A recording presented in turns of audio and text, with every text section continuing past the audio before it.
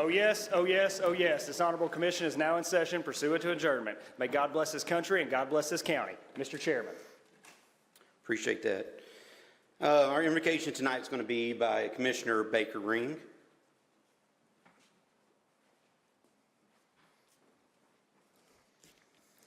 Let us pray. Gracious God, as we gather tonight in this meeting, we look to you for guidance and inspiration. Grant us the wisdom to make each moment count, to discern truths amidst differing viewpoints, and conduct ourselves with respect and fairness. May your Spirit infuse our deliberations with a sense of purpose and camaraderie, that together we may navigate towards fruitful outcomes.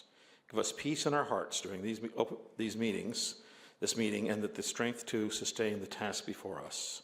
We praise you always for your divine assistance. Let your blessings rest upon us as we work diligently towards our objectives. Amen. Amen. To the flag of the United States of America, and to the republic for which it stands, one nation, under God, indivisible, with liberty and justice for all.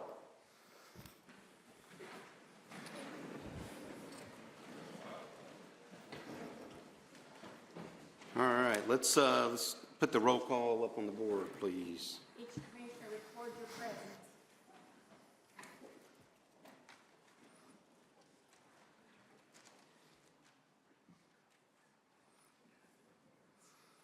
Okay, we got 21 members present. Mr. Pomeroy is out of town. Mr. Wright was under the weather, as was Mr. Schoaf. So 21, again, it still takes 13 for majority and still takes 16 for anything that requires 2/3 votes. Before we approve the regular agenda, I've got some changes, and if anyone else does, you can get in the queue. We're going to move under education 2601-11, the docketing. That's information only. We'll move that to the consent agenda. That was just a misplacement on the agenda. Also, under the report of the chair, item number A4, executive session, I'm going to scratch that, and then I'm going to add an update, Sumner County EMA update. Mr. Widener is here and will give us an update on all the activities that he and his crews and everyone else has over the past week with the ice storm. And with that, I will, Mr. Wynn. Thank you, Mr. Chairman. Just a couple questions. So I know there was some things that went through both general ops and budget. One being it was for the driveway for the Brown House. I don't see it on our agenda. Just curious as to what's that just overlooked, or was it pulled? Yeah, the driveway was. I was requested to pull it off the agenda. Who requested that? Did they contact you directly, or they contact? I think Mr. Mansfield may have been the one that ultimately reached out to me about that. Yes, sir. Okay. All right. And then also too, in Gen Ops, the committee voted to have our projects reported back as a Gantt chart in a Gantt chart format. So I don't know that didn't make it on here, but if we can, I'd like to add that to our agenda just to make that official, that county projects need to be reported to the county commission in a Gantt format. Okay. Mr. Harris, do you want to add that to your Gen Ops? And that was the Gantt chart. Gantt chart. I know during the meeting, there was a resolution to, I don't know if it required or whatnot, but yeah, if we can add that under the General Operations Committee report, Mr. Harris. Anything else, Mr. Wynn? That's it. Thank you, sir. Okay. Mr. Mansfield. I would like to add term limits to the resolution. To the agenda, please. Okay, so there is Make a motion. I'm assuming that everyone has a copy of the resolution for term limits. There's a motion and a second. Let's vote on that. We need 13 votes to get added at this point. Put that on the board, please.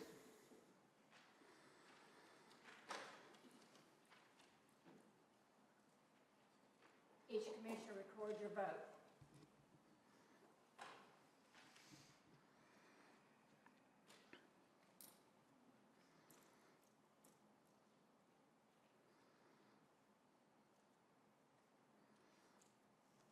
Okay.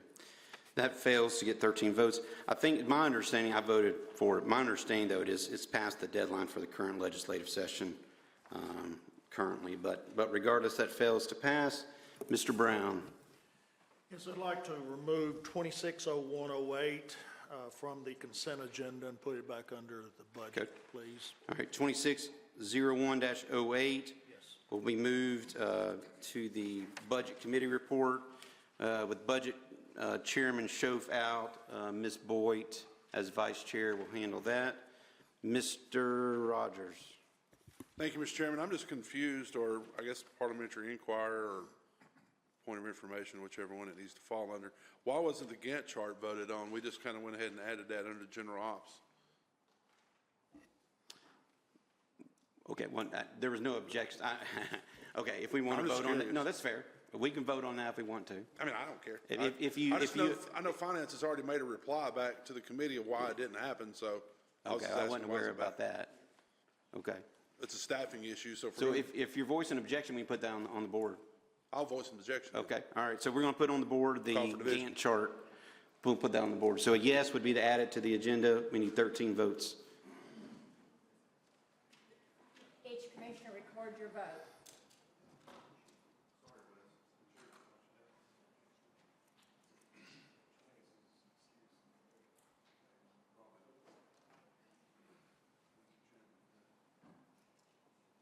All right. So that one is added. Anything else? Okay. So as the agenda as amended. Okay, motion and second. All in favor say aye. Any opposed? Okay, so we have Mr. Mansfield, Mr. Rogers. Any other noes? Mr. Brown, Mr. Jones. Can you capture that, or you want me to put it on the board? Let's put it on the board just real quick, easier to capture. Each commissioner record your vote.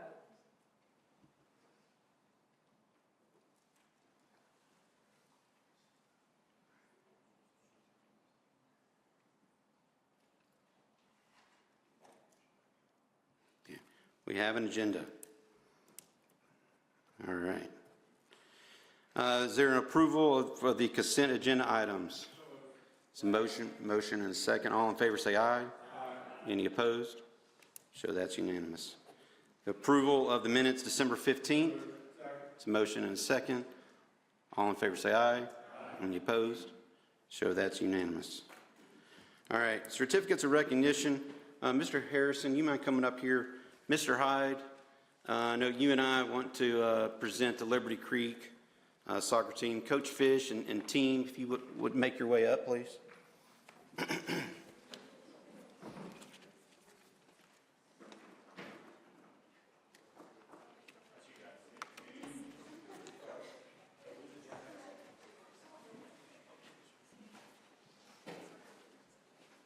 Y'all can come. It's tight space in here. You can get maybe half over here, maybe. I don't think this space was designed for a large group, but.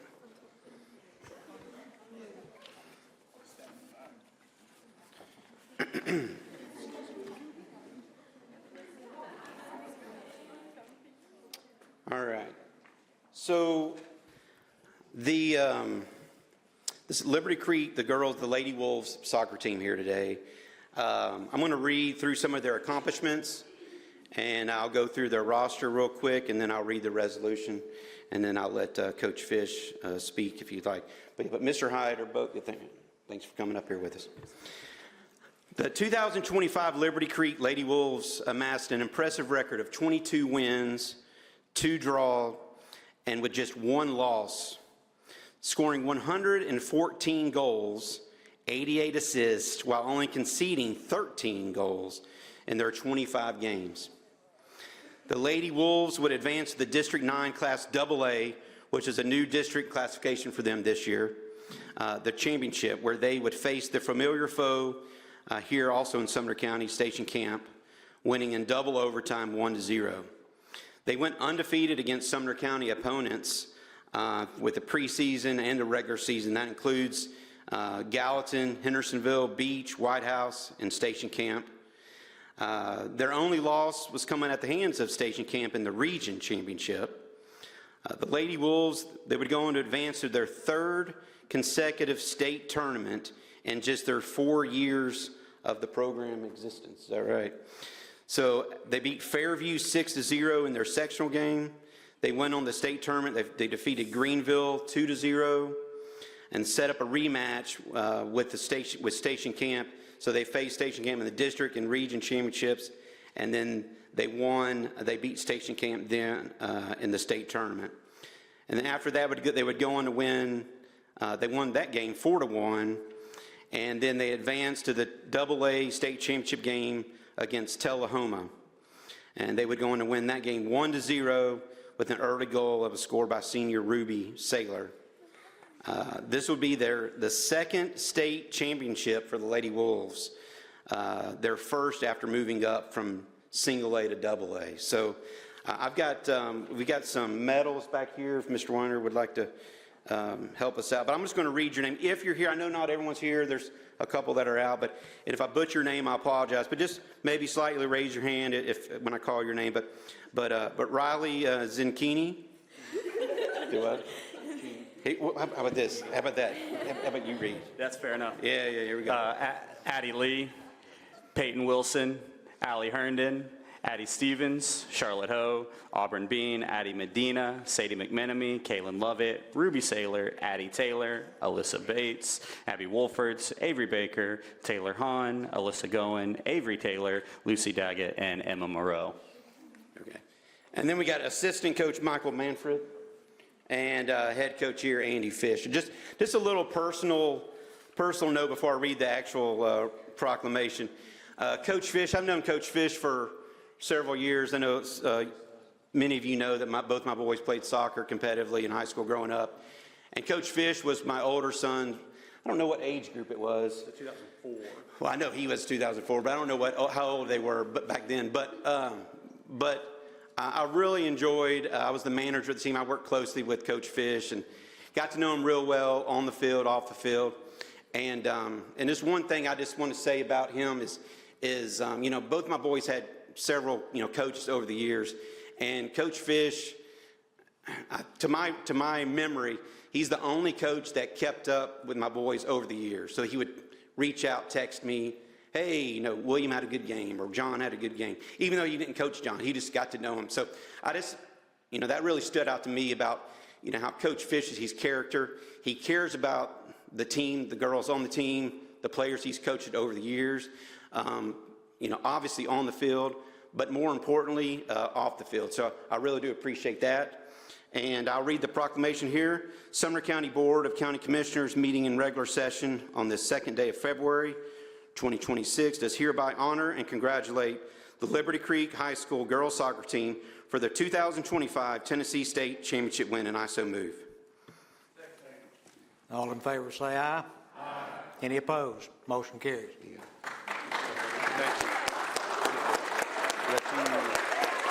After the quiet down. Thank you.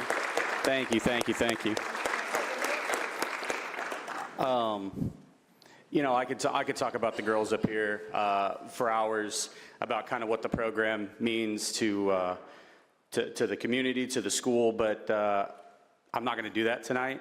I'm sure they're tired of hearing from me.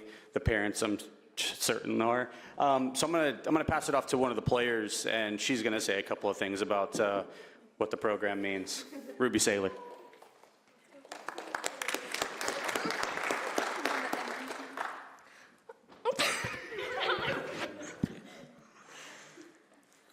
Hi, I'm honored to stand here representing my soccer team in this program. Being a part of this program for the past 4 years has meant more to me than I can even describe. this team, over all the trainings and games, watching them push themselves, even whenever it's hard and even whenever we're fighting Coach Fish and Michael, they still find a way to push through and carry themselves onto the games and make all the wins. And I'm just very proud of them and for all our accomplishments. And I'm sad to be leaving them. And I know they'll do great things once all the seniors are gone. So, yeah, thank you.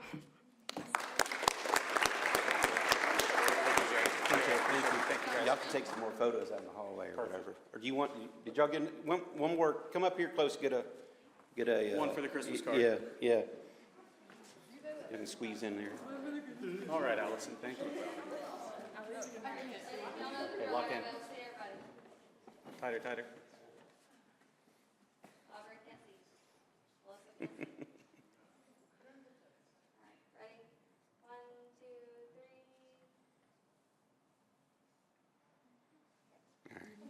Appreciate it. Hey, thank you so much. Thank you, guys. Thank you. That's it. Thank y'all, girls. Thank y'all.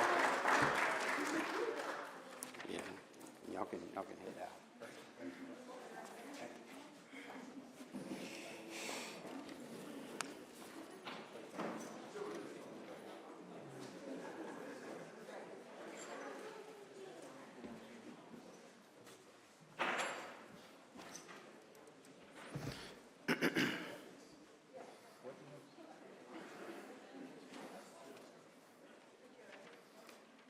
Thank you.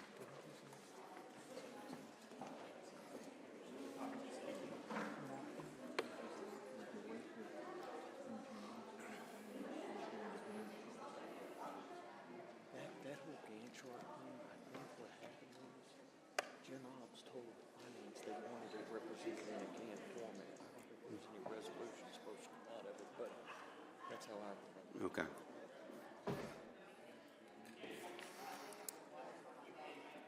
All right, moving along. Recognition of the public. We have two. Mr. Shoemaker, agenda item F2. You're gonna make me try to look this up. Do what? Oh, the water. Okay, go ahead, sir. Name and address, please. And you got 5 minutes because this is an agenda item. Cool. So my name is Chris Shoemaker. I live at 1018 Silver Maple Lane up in Portland. I want to discuss the water line grant. I know last month's meeting, Resolution 2512 was passed, which was then vetoed by the mayor. There were some comments made I want to address and shed some light on the importance of the grant moving forward and without delay. So a comment was made that this water line is not for current residents, but only for future growth. So in late August, early September of 2024, the city of Portland had to implement its drought management plan. That plan has 4 stages. During that drought, the city implemented stage 2 and was getting ready to implement stage 3 until we happened to get some rainfall. So those that claim this is not for future, that this is only for future use and drive the fear, have never had to worry if they turn on their water, if they're going to get water or not. So that's a concern that everybody that lives in the northern part of Portland has dealt with for years, especially when it turns hot and dry in the summer months. So in 2011, the Tennessee Department of Environmental Conservation conducted a planning study on the North Central Tennessee regional water resources. This study was meant to find ways to meet the needs of the Portland area through the year of 2030. That's 4 years from now. So a quote from the study states, in the 2007-2008 drought, Portland was the only water system in the North Central study area that suffered severe shortages. So according to the 2000 census, the population of Portland was 8,458. In 2020, that number is now 13,156. Yes, the population's increased. The water availability hasn't. Those numbers are only including the city of Portland itself, not those of us that use the water system that are outside the city limits. So let's talk about fire protection. We've got commissioners who argue this grant is not meant to help current residents, and they publicly support the fire department, and I applaud them for that. In the 3-mile stretch on Highway 52 from the city limits to the intersection of 52 and Dobbins Pike where the water line's being installed, 7 new fire hydrants have been installed in that 3-mile stretch. This drastically will reduce the time that our tankers have to do turnarounds if there's a fire in that stretch. So it absolutely helps the current residents. This water line grant is a common sense solution. The current budget chairman, I hate that he's not here tonight, has made the comment previously that he wants to solve problems and not find them.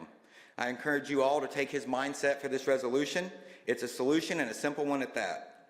Trying to manipulate the cities to do your will while holding water from any citizen in the northern part of the county shows that you're in your seat serving your own agenda and not those of us, the citizens.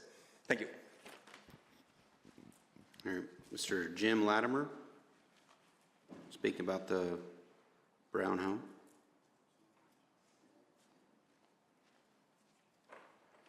You can give your name and address, and you've got 5 minutes. Jim Latimer, 1578 Latimer Lane, Hendersonville, Tennessee.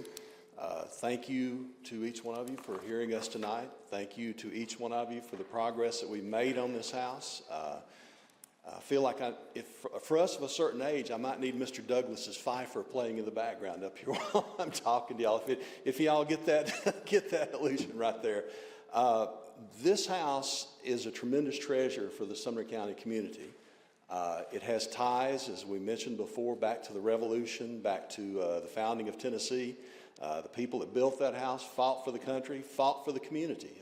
There's bloodshed over that house and that property. Thanks to Mr. Brown for his tremendous gift to the citizens of Sumner County for the future of preserving this house and make the center of the William and Martha Brown Park. I would encourage you tonight to go ahead and push this on forward and help us get this house preserved and make it a centerpiece and a treasure of Sumner County. Thank you. Appreciate that, sir. Thank you very much. That closes the recognition of public. Report of the chair. One thing I just want to comment with the ice storm here recently. I don't know, some of you may or may not have seen, I had posted something on Facebook Saturday, I can't recall, but about bringing a letter tonight, really focused, letter written to NES, focused really on the timeline aspect.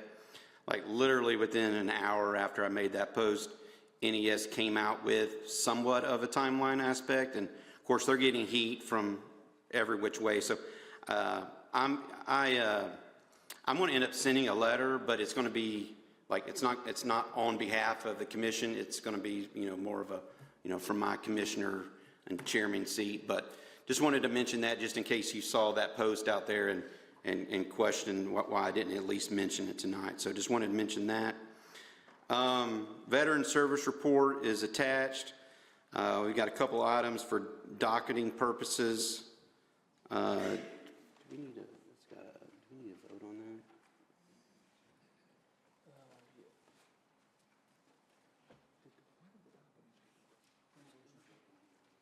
Okay, so that's just for docketing purposes? Oh, okay. And then I added Mr. Winder, if you would like to come up, please. I know he's been extremely busy over the past, in preparation for it, the past 2-3 weeks. So I'd like him to give us an update on all the great things they've done and the challenges that are still facing us. So, Mr. Widener. Yes, sir. Mayor Isbell, Mr. Chairman and Commissioners, I hope this only takes an hour and 45 minutes, maybe 2. And that's not right. 1994, myself and a bunch of other people thought we were going to die. Those who lived the 94 ice storm know what I'm talking about. I was on Tyree Springs Road. I was on the 109 Ridge. I was in Westmoreland. On 3 occasions, I thought I was going to die from trees falling. And I'm glad that we don't have anybody hurt from falling trees, either citizens or our responders. The week of January 11th, we began looking at models, as a lot of people did. The prediction was up to 14 inches of snow. We know that's too far out to really predict weather. And I know you follow the weather a lot, and a lot of you do. The week of January 18th, we began the planning process. We began meeting. Phone calls, direct discussion, video conferencing, the sheriff, the mayor, EMS, ECC, the highway department, Tennessee Emergency Management Agency. Dissemination of information was given to city mayors, schools, utilities, hospitals, judges, nursing homes, assisted living, and we responded to a lot of calls that people called into our office, or we answered them on social media. Then the wait happened, and we watched the changing forecast through the week. And then the morning of the 24th, Fern arrives. And can you imagine if we were one letter later, we'd have had Elsa. And my granddaughter, and a lot of your whoever that know Elsa and dresses Elsa, would have been ecstatic. And I would have had a house full of Elsas intermittently through that week as my grandchildren were in and out of my house. I didn't lose power, okay, but TVA was either going to take part of my farm or I had to sell it to them for a power line to come across, but they said, Mr. Widener, we guarantee you, you'll have power. But I've also got a generator on my house, a whole house generator, and I would recommend to anybody, if you can keep from it, don't mess with the small generators that produce carbon monoxide, put a generator on your house, because we don't know what's coming at us. Calls for service began pouring in to the ECC. Law enforcement, fire, EMS, EMA across the county responded. Day and night, call after call. Law enforcement was taxed. EMS ran out of ambulances 2 or 3 times. Why'd they run out?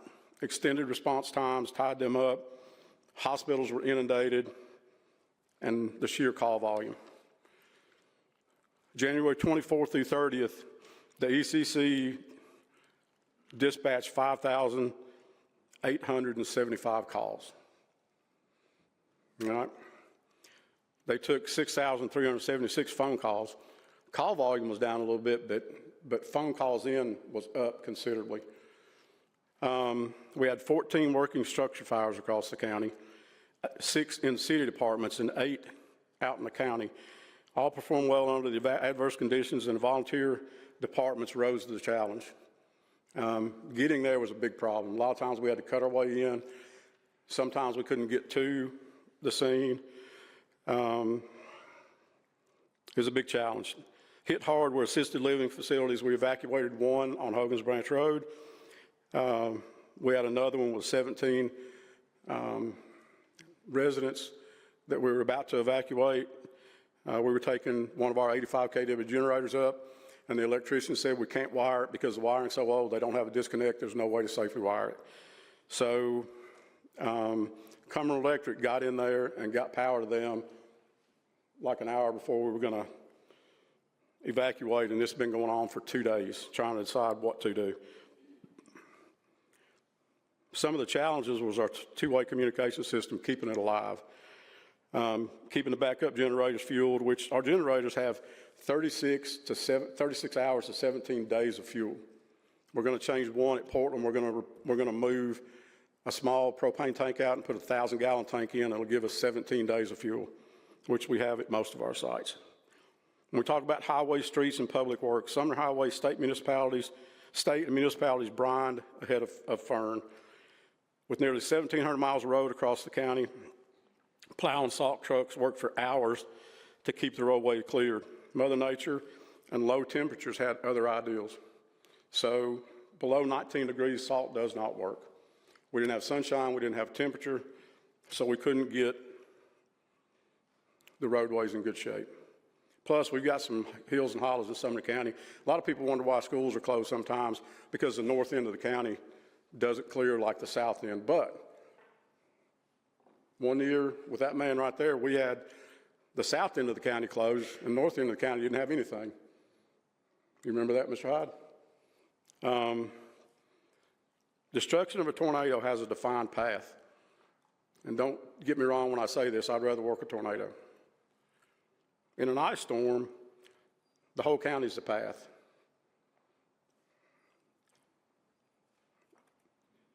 Here's the hard part for y'all. We're served by 4 electric providers: CEMC, Gallatin Department of Electricity, NES, and Tri-County. We did field numerous calls for assistance for people without power, and we did everything we could do. Our hands are tied on that. At the height of the outage, 34,000 Sumner County residents were without power. Today, we had 1,104 as of 3:30 today. All right? And we know the vast majority of those are Hendersonville, Shackle Island, Goodlettsville, up through the Gap.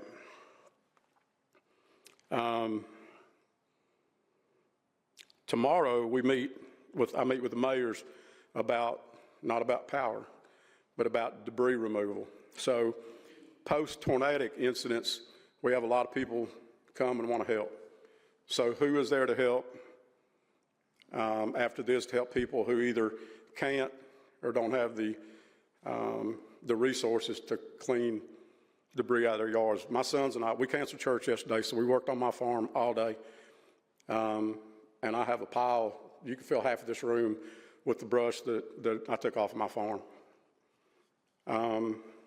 So the meeting is going to be to ask each municipality in the county to try to help the people that can't help themselves. Okay? So the state put a registration port up for people to register and say, I need help, and they'll assign somebody to help. So please try to spread that. I emailed that to you. You should have that. Please spread the word on that, because we want to get people help. A big concern we have is the thaw, is bursting water pipes. So water pipes in the ground, City of Gallatin, when I was coming in Hartsville Pike, I called David Kellogg. I said, hey, you got water running down Hartsville Pike? He said, yeah, we got a break there. It happened this evening. So what we've got is it's called radial breaks or shear, and it's where the ground moves. And then in homes, we recommend people to leave their water running to reduce the possibility of that 25,000 pounds of pressure from ice bursting their lines. So we know we're going to have problems with that. What we want to avoid is loss of water to a community. All right? We got any media in here? We've got one utility district that's running low, and they're being careful because their tanks are getting low. They're trying to get water in them, but I'm afraid that's going to become compounded. So the water that's in my bathtubs and the 40 gallons of water in buckets in my house, we're not emptying that until this is done. All right? I'm a bit of a nut on preparedness, though. If things go bad, you bring stuff out of your freezer and you come to my house. We'll eat well. I don't know if we'll have turnip greens, but we'll eat well. So currently we're compiling preliminary damage assessments for public assistance. Public assistance comes for reimbursements for emergency protective measures, for EMS, for the ECC, for EMA, for law enforcement, for public utilities. That reimbursement comes that way. Then individual assistance helps our citizens, and that's for uninsured or underinsured property. The vast majority of people in Sumner County are insured, okay? So we're going to work on public assistance first, then individual assistance. There is a per capita figure that we have to meet statewide, which is $13,407,029.60. Sumner County has risen a bit because of our population to $953,925.66. So in closing, my hat's off to grocery stores. Who couldn't get what they wanted if they went in time? If you went on Saturday, you're probably out of luck. But grocery stores, gas stations, hardware stores, restaurants, those that could provide, hospitals, nursing homes, the Red Cross, churches, neighbors helping neighbors. We had 2 shelters stood up. At one time, we added a third. We didn't use it. We had 8 warming stations. We don't have anybody in shelters right now.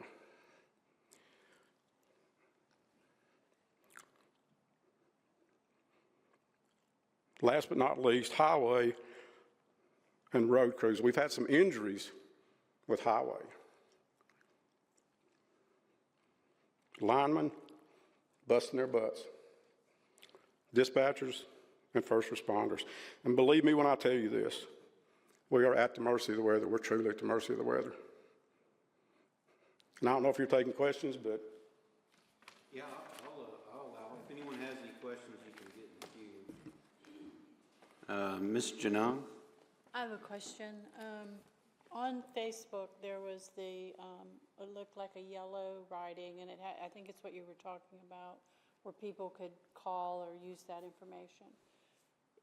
And I need to be clear. Did you say that if you have insurance, then you probably wouldn't apply for you? It would be uninsured and underinsured, am I correct? We haven't gotten there yet. We don't have individual assistance. We haven't been declared for individual assistance. Well, the reason I asked, I had a constituent, she called me, and I said, well, I saw this, see if they can help you.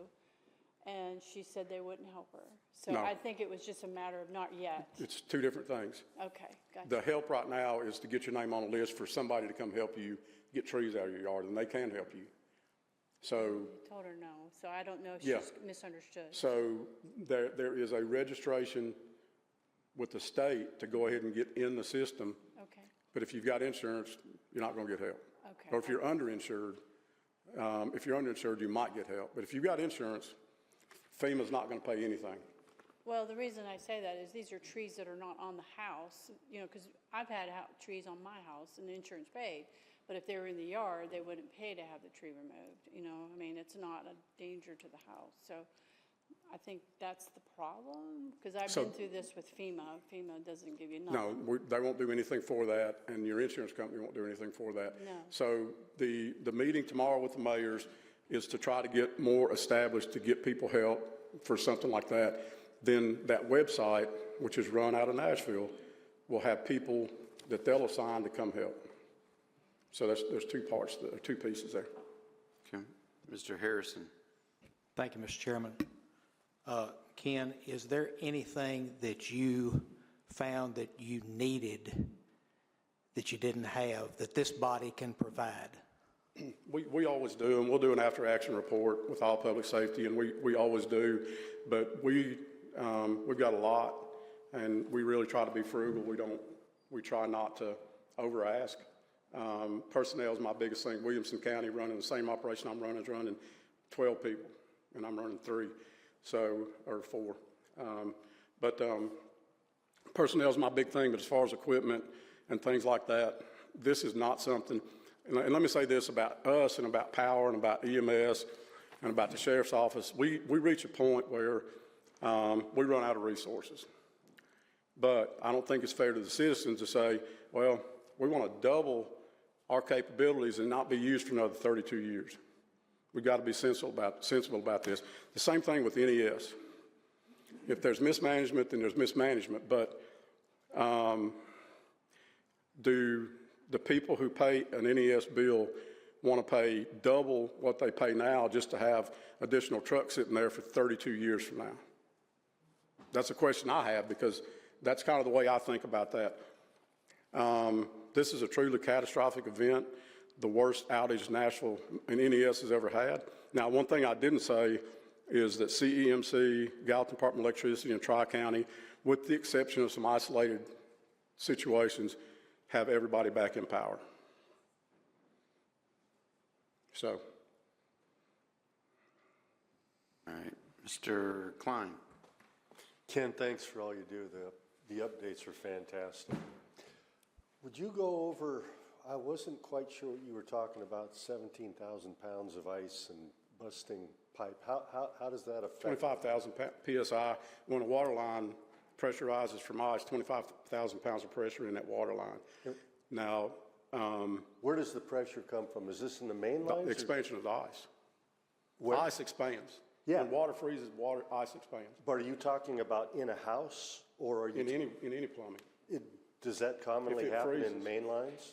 Anything that freezes, it's just a question of, that's why, here we go again. My house is plumbed in Aquapex because it expands and contracts. The way you put a fitting on is you put a tool in it and you pump it up, it expands it, Right. You put an end on it, Right. and it contracts around it. So I know that the water lines in my house will expand and contract as needed, but I'm well insulated. But we've got a lot of homes around Sumner County that aren't. And that's our concern, is them losing water in their house, or us losing municipal or White House Utility or Castalia Springs water. Okay, so you're talking about water lines in a house above ground that are not insulated is the biggest concern. Well, they could be insulated, but with, Yeah, the wind exterior chills- walls are always subject Yeah, to. wind chills of 14 below, which I'm a duck hunter and I was out every day that I could when it was 14 below. But, yeah, it's really situational on how you're set up, what your water lines are like. My biggest concern is municipal water and again, Hendersonville Water, Castaic, Bethpage, and White House Utility. Okay. Yeah, Yeah, thanks. so. No, Yeah, if you want to push No. your microphone. no. Yeah.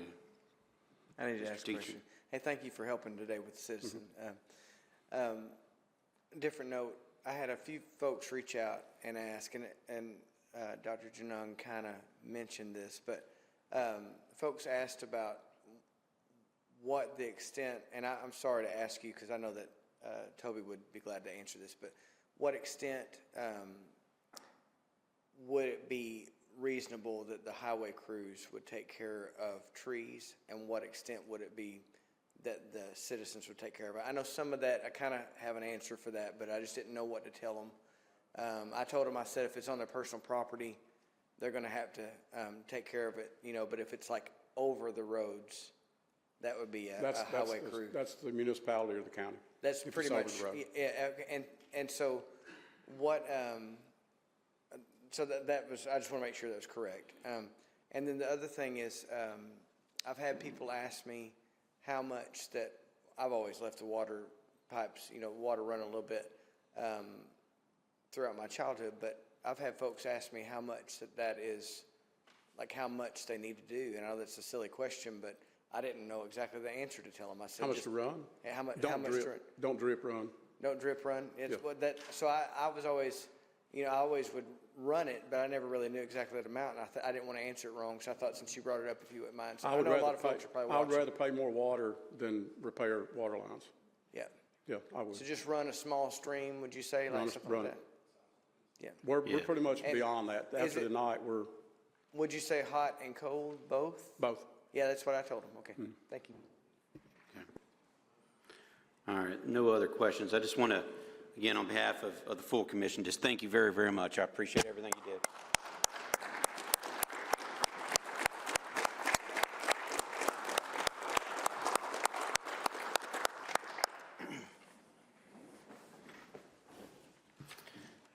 Okay, moving on to report of county officials, your written reports to be filed by the county officials. Notaries, put those, is there a motion for, there's a motion and a second for notaries, put that on the board, please. Each commissioner records your vote.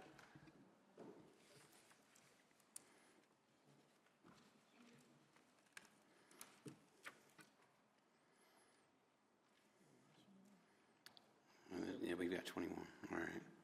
So that's unanimous. Report of standing committees, Health and Emergency Services.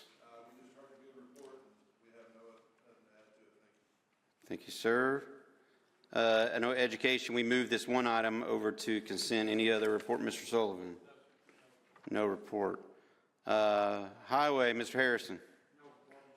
No report. Mr. Harris, Gen Ops. Yes, sir. This was requested to be put on by a commissioner from Mr. West Wynn. I don't know why this was left off. I really don't. It was a vote. I think the vote was unanimous.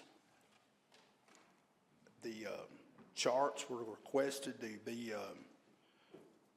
now, we did receive an email from the finance saying that they didn't have the manpower to take care of this.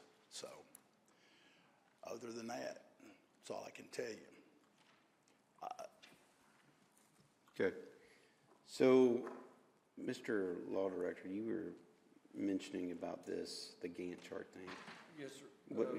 Can you put his microphone on? Go ahead. The way I recall the meeting, there was a vote, and it was unanimous for finance to do a Gantt chart. There was nothing that required a resolution. I do not know what transpired after that meeting, so the emails that went back and forth, I'm unaware of. Okay, so it sounds like there was confusion on that. So I think at this point in time, I mean, I mean, it's on the agenda. If you want to make it in the form of a motion, we can entertain that. I move that we request the Gantt charts Request the Gantt chart come from finance, yes. for all projects? For or all projects, all construction projects. All construction projects. So there's a motion to require Gantt charts for all construction projects. There's a second by Mr. Jones. Mr. Nguyen. Thank you, Mr. Chairman. Yeah, this has been an item that's been requested, I know, for several years. And it just would help tremendously with keeping up exactly what's going on within our projects. Our finance department does a good job of providing information, but it just seems like as far as when we're looking from an advisory standpoint and just trying to keep tabs and everything, there's often a lot of questions, just a lot of missing information. So the Gantt chart was asked officially to be put in place as far as reporting for those projects, and this will just help anyone on this commission to be able to answer any questions on where we stand with projects, statuses, deliverables, those types of things. Okay, appreciate it, sir. Mr. Klein. Thank you, Mr. Chairman. I would like to say to the finance department that if they would just talk to the construction people who are running the jobs, for instance, the health department in Hendersonville, the EMS building that's being built up in Westmoreland, those construction companies almost always have Gantt charts. When I was the chairman of Gen Ops, and I was trying to get Gantt charts from the county, I simply went over to the contractor who was building the courthouse, and he had everything I needed right there. And so that's very commonly used in the industry. So I think the finance department will find it's a whole lot easier than they're thinking it is at this moment. Thanks, sir. Ms. Janone. Thank you, Chairman. So I'm not opposed to this, please, I just say that. But I am concerned that if a department tells you they don't have the manpower and you're going to take resources away from something else that needs to be done, because there's a lot of things they do. We probably don't know the magnitude of it. Perhaps we should make a motion to add a part-time person to that department to be in charge of this, or at least look at it through budget, because, you know, we're asking for this, but we don't know the magnitude of what it would require from the finance department. I think we need to take a look at that and perhaps send this to budget and see what exactly would entail for them to do it, and then how much time would it take, how many hours, how much would it cost, and then put that in place so that, you know, they're not pulling from Paul to give to Pete, you know, kind of thing.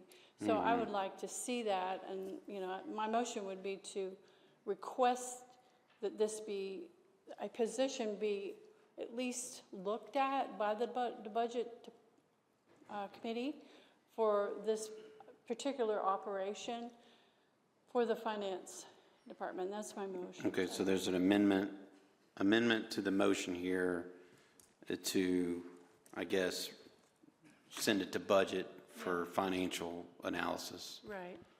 Okay, is there a second to that amendment?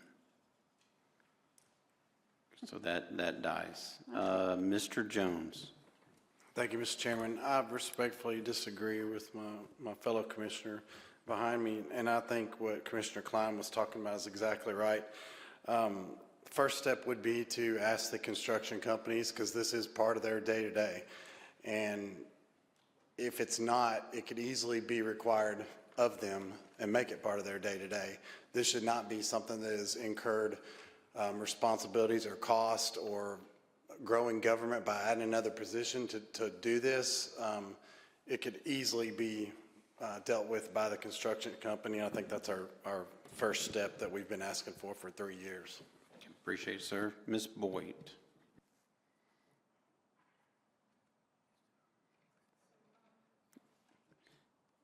Yeah, you don't have to hit it a second time. That's what. Can you leapfrog her, please, Ms. Templeton? There we go. There we go. I would have seconded Dr. Janone's amendment, but first I would like to ask if we could allow the finance director to speak on this. We don't know, I mean, maybe they do have time constraints or something to Dr. Janone's amendment. that we don't know about before I vote? I'd just like to ask them what their thoughts are. Yeah, I don't believe I saw any email about it, so I'll ask Ms. Browning. Can you put Ms. Browning in the queue, or on the mic? Thanks. Yes. I had emailed Chairman Harris and asked that the motion that they made in Gen Ops be reconsidered due to the time constraints we have in the office. And both of our project managers are currently trying to finish up the ARPA projects. They have a hard deadline this year. So we would, at least if we're going to do this, we would like for the ARPA projects not to be included, or maybe to just include new projects coming online. I think it's fair that the General Operations Committee sort of provides you a priority list of what to work on.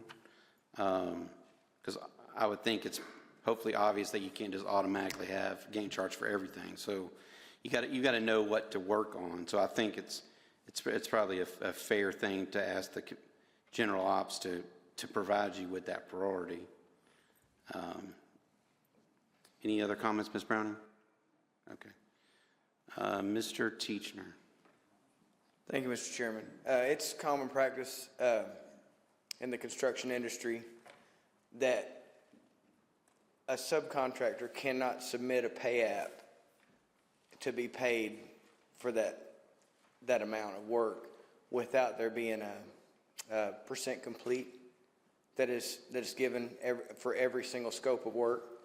So because of that, I don't think there's extra work that needs to be done. I think that Commissioner Klein was correct.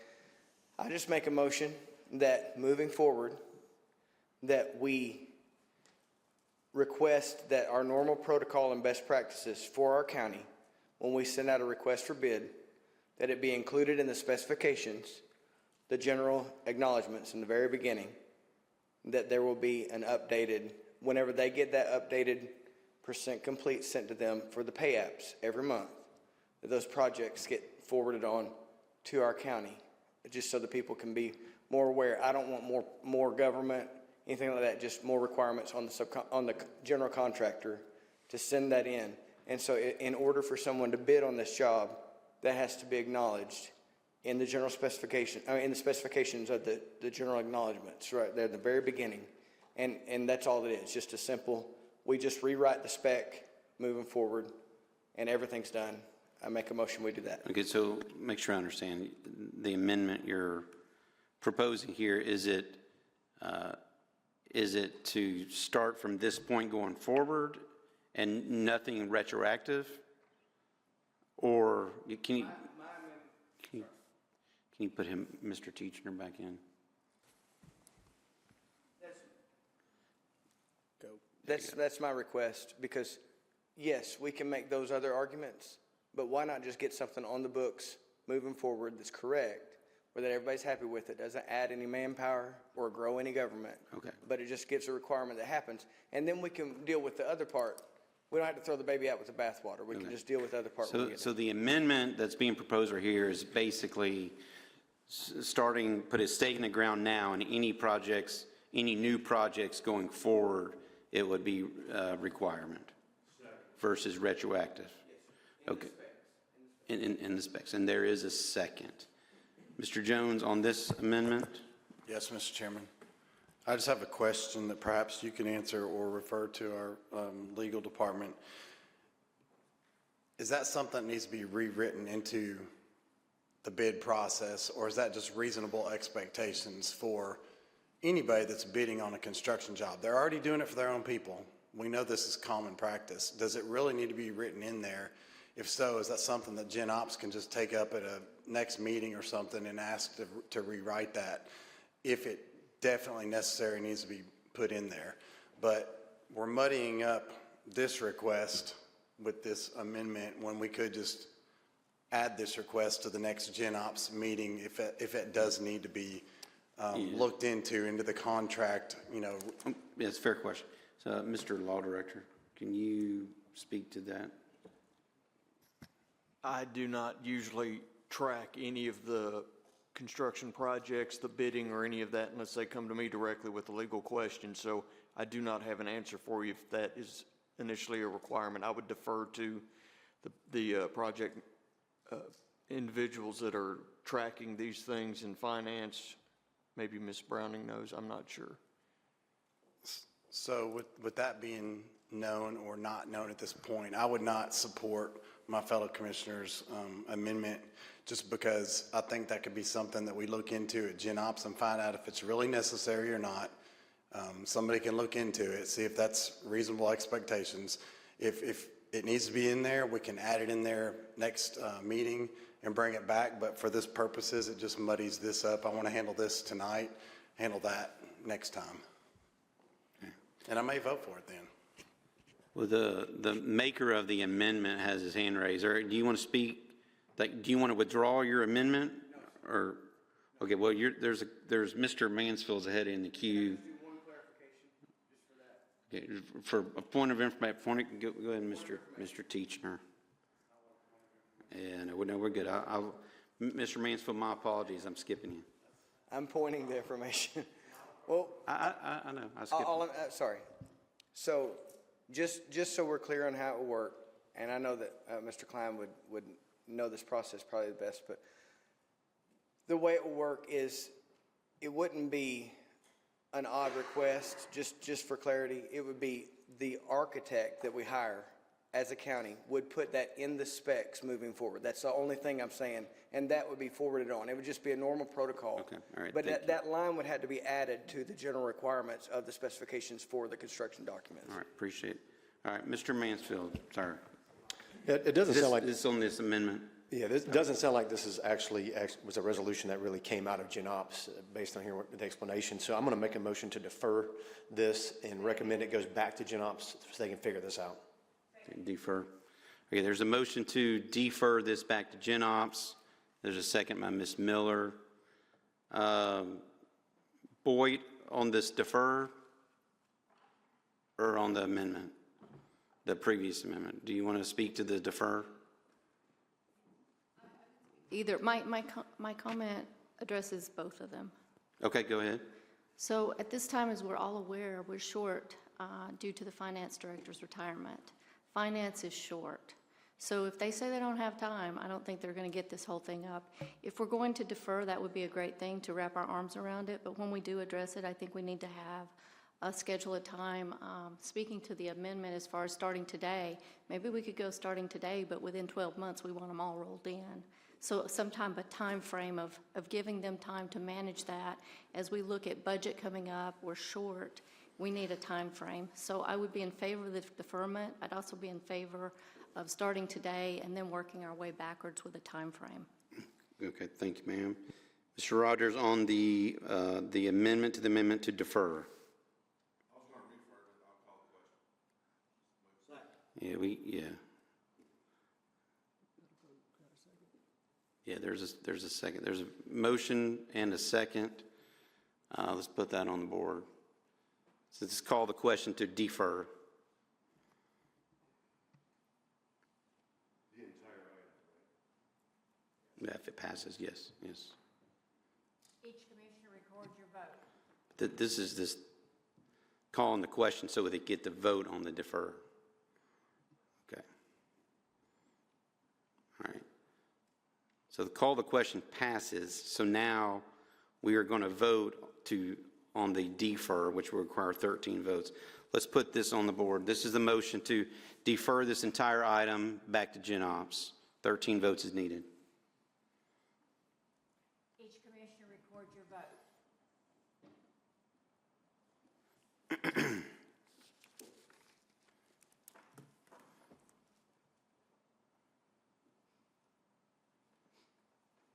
Okay, that motion passes.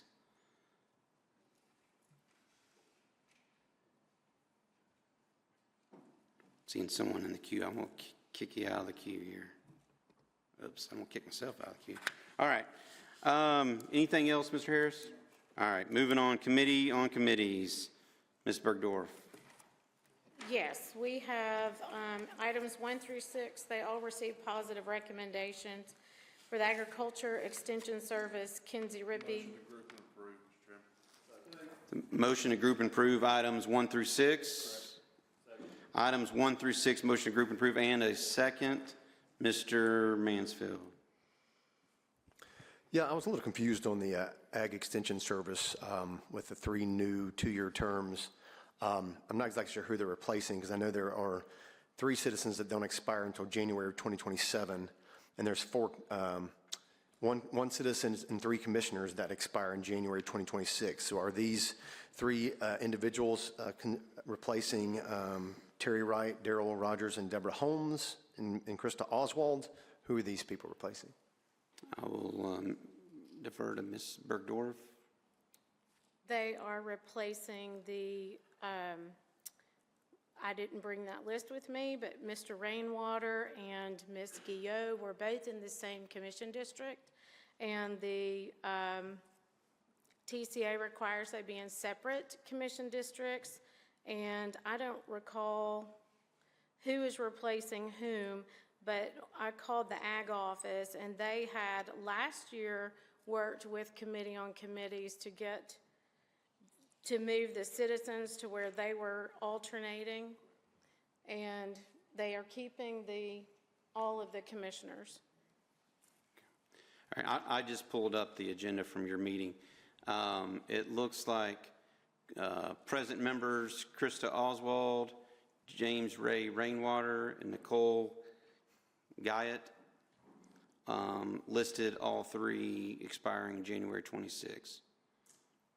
So I guess on the county website, it lists Ray Rainwater and Nicole Guyot as January of 2027. So we can get that updated. I wasn't sure. Is that accurate or not, or inaccurate? I mean, I'm not sure. So are their terms expired? So Based on the ag office, it's inaccurate. So what TCA code was that said that the, I guess I'd like to have that read. It says the ag extension members can't live in the same commission district? Yes. I don't have the code with me. It's on the website. I looked it up 6 months ago. Yeah. So. Go ahead, sir. As serving as the ag chairman, Mr. Clint and I was in discussion with this, and it is true and correct. I don't have that actual TCA code for it, but that is correct that the code does say that they can't live in the same district. That was news to Mr. Parker and myself of that finding. We wasn't aware of that when we appointed them 2 years ago. Appreciate it. And also, when in 22 or 23, when the ag board was reorganized, it removed all of the alternating seats. So everybody was coming on and off at the same time. So they put it back last year to where it would alternate. And it's also required. Okay. All right. So just to clarify, so Terry Wright, Darrell Rogers, and Deborah Holmes, they don't expire this last month, correct? That's incorrect on the county website as well. Okay. All right. Thank you. All right. Thank you, Mr. Chairman. Yeah, Ms. Bergdorf, can you just touch base with the website people and get things updated after this? I have been in contact repeatedly with legal about correcting all of the different inaccuracies on our county website. Thank you. Thank you. Seeing no one else in the queue, there is a motion and a second to group and approve items 1 through 6. All in favor say aye. Aye. Any opposed? Okay, let's put that on the board. This is a group and approve items E 1 through 6. Each commissioner records your vote.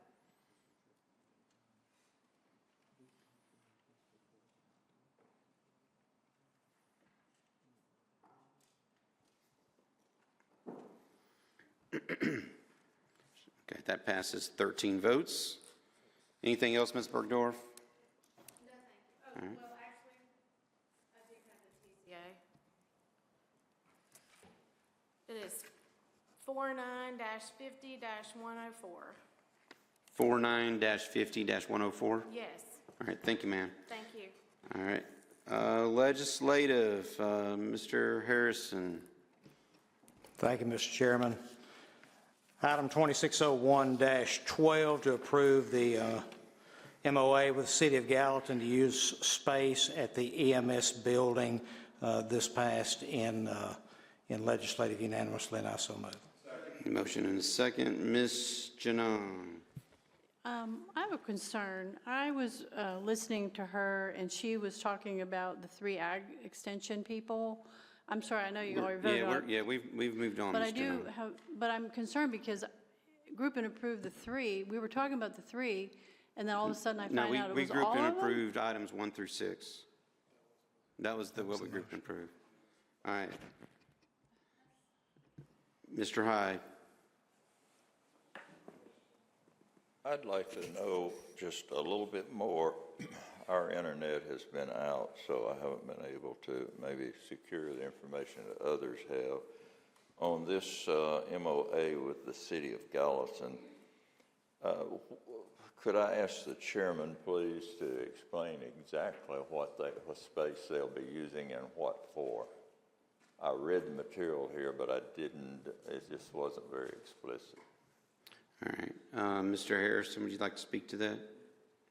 If you want to, let's get Mr. Harrison the red mic. There you go, sir. Yes, sir. This was actually deferred 1 month because of that very question that had come up in committee. And it turns out that this is going to be a very temporary situation, that they're going to use a certain amount of space in one of the EMS buildings for some, just like some computer equipment or something, was my understanding of it. It's not going to be there very long. And I don't know, outside of the parameters of exactly what equipment is, I don't have an answer for that. Mr. Mayor, do you have any information to add to that? Can you put Mr. Mayor in? Yes, sir. Yeah, it's going to be computer equipment that they're storing there. They want to keep it secure and using our server rooms for that. It is temporary while they build out their space. They'd come to EMS and ask for permission, and of course we wanted to take that through the commission for your approval, but it is temporary. I have to say that I'm just a little irritated by this. The City of Gallatin has, on several occasions, been one of the most uncooperative bodies with us. And I may be the only one that votes against this, but I most likely will vote against it. I think has the issue, can someone tell me if the issue with the city has been resolved with the reappraisal? Can anyone speak to the reappraisal? I think they were the only city that had not Mr. paid Mayor, the county. yeah. I'll let the mayor speak again. Yeah, there is some new information coming from the comptroller's office, so we're not really discussing the reappraisal cost right now until we have that meeting with the comptroller's office. Have they paid? They have not paid, no.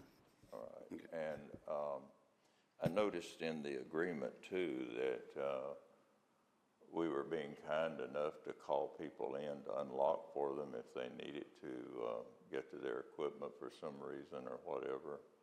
That was part of the agreement. I don't know, the entire thing just bothers me.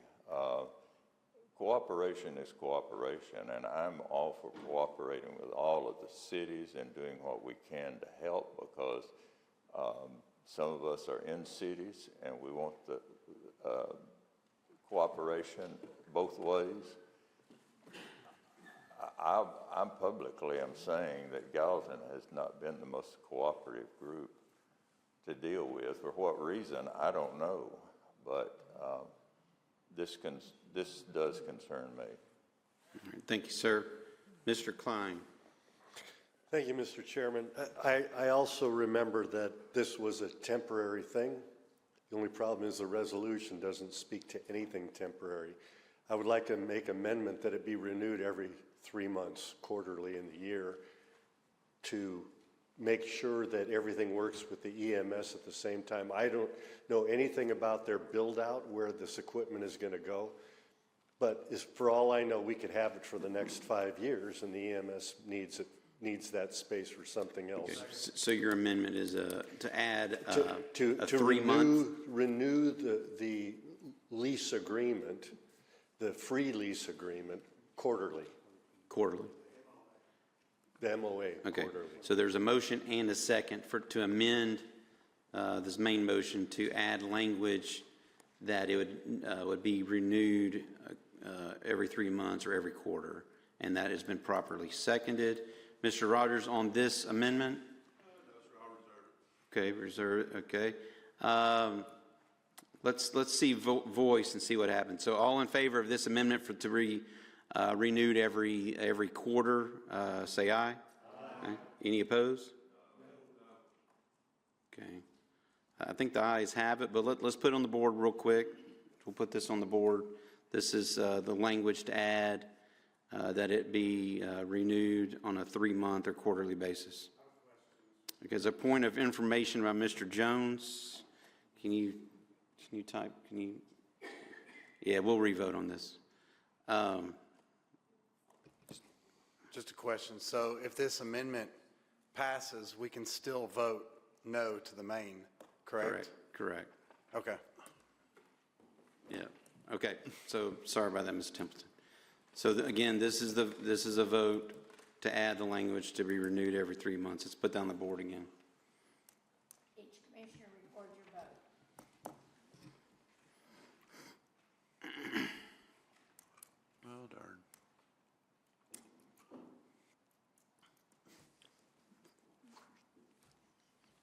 All right, so the amendment passes. So now we're back to the main motion as amended. Mr. Rogers. Yes, sir. Thank you, Mr. Chairman. I've got an amendment to the main motion, and I would like to refer this until we get an opinion back from the comptroller's office to see where we stand. Okay.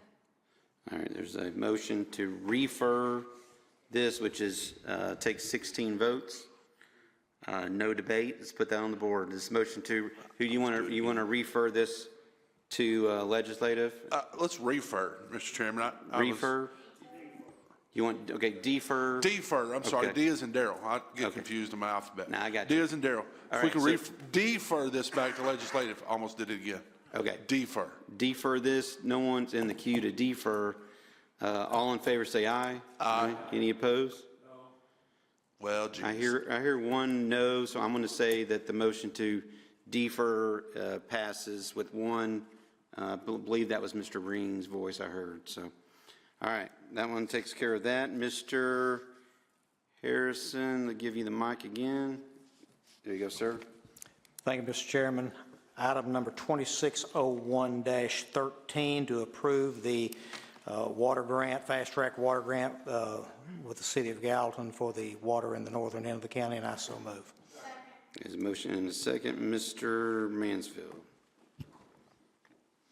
Yeah, last month, we had passed this resolution with 2 amendments, which did pass unanimously from this body. Then we received a letter from the county mayor vetoing the resolution.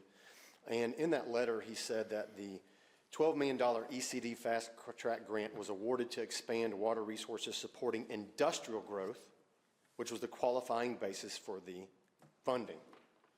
Then he goes on to say, however, we basically want to reconsider this matter and refocus our collective efforts on addressing the fundamental needs of our residents in northern Sumner County who are requesting access to a basic necessity, water. So I guess which one is it? Because if the grant was based on industrial and not residential growth, the amendment that passed last month that I put forward, that passed in July of 2023 with the $20 million grant, was basically to ask the cities to do a moratorium, the cities meaning Westmoreland, Gallatin, and Portland, of a 5-year annexation moratorium of annexing county land for residential growth, which has been happening at a breakneck speed in Westmoreland and Gallatin specifically. So, you know, in October 2021, the county commission approved $10 million from our ARPA funds, which I know they're still working on these projects. In April 2023, TDEC awarded a non-competitive $6.7 million grant to Portland.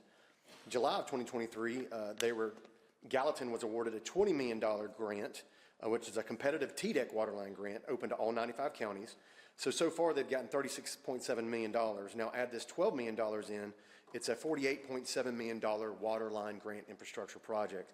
And so if these water lines are truly about serving existing residents and stabilizing pressure, ensuring reliable access to clean drinking water, then a pause on annexation for residential growth should not be controversial.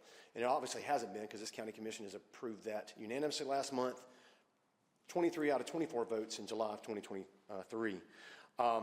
If, however, these projects are being used to subsidize rapid residential expansion, then, in my opinion, the opposition to this tells its own story.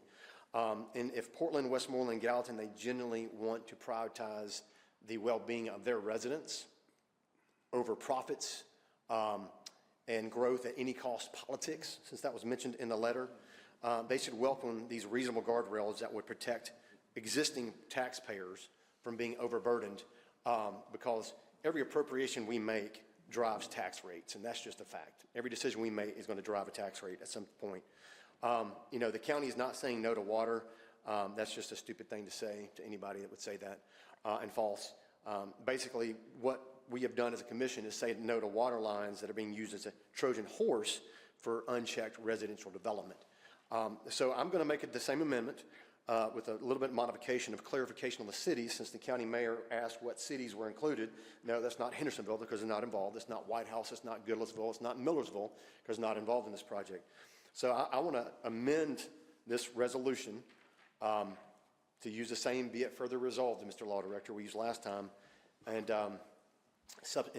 adding these three cities, and says, "Be it further resolved that the approval of the disbursement of grant funds by the county for this project shall be conditioned on the cities of Portland, Westmoreland, and Gallatin creating a minimum of a 5-year moratorium on annexation of unincorporated areas of the county for the purpose of residential development." And I so move. Second.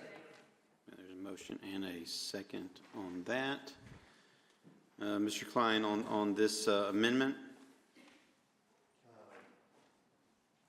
I think what I'm going to say would apply to both the Go ahead. amendment and the main motion. Thank you, Mr. Chairman. I want to address one of the speakers from the public who is of the opinion that water will cease in coming to the existing population of the northern part of the county. That is not the case. I've been to many of the meetings regarding this project, and most of the pipe is in the ground now. That's not going to stop. All of the water that's in those pipes is coming from the Cumberland River. There will be no drought unless Old Hickory Dam dries up. So the water is coming. That's not going to stop. But what Commissioner Mansfield is proposing makes a lot of sense for a lot of reasons, and I would like to state those. There is a 109 bypass being built on the west side of the existing 109 on the way into Portland. I don't know how many people know that. That's going to open up thousands of acres of farmland to any kind of development that would need that water.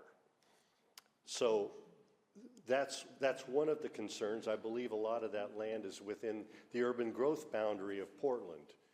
That's why the moratorium on annexations is important, because we've got a lot of other things happening in this country.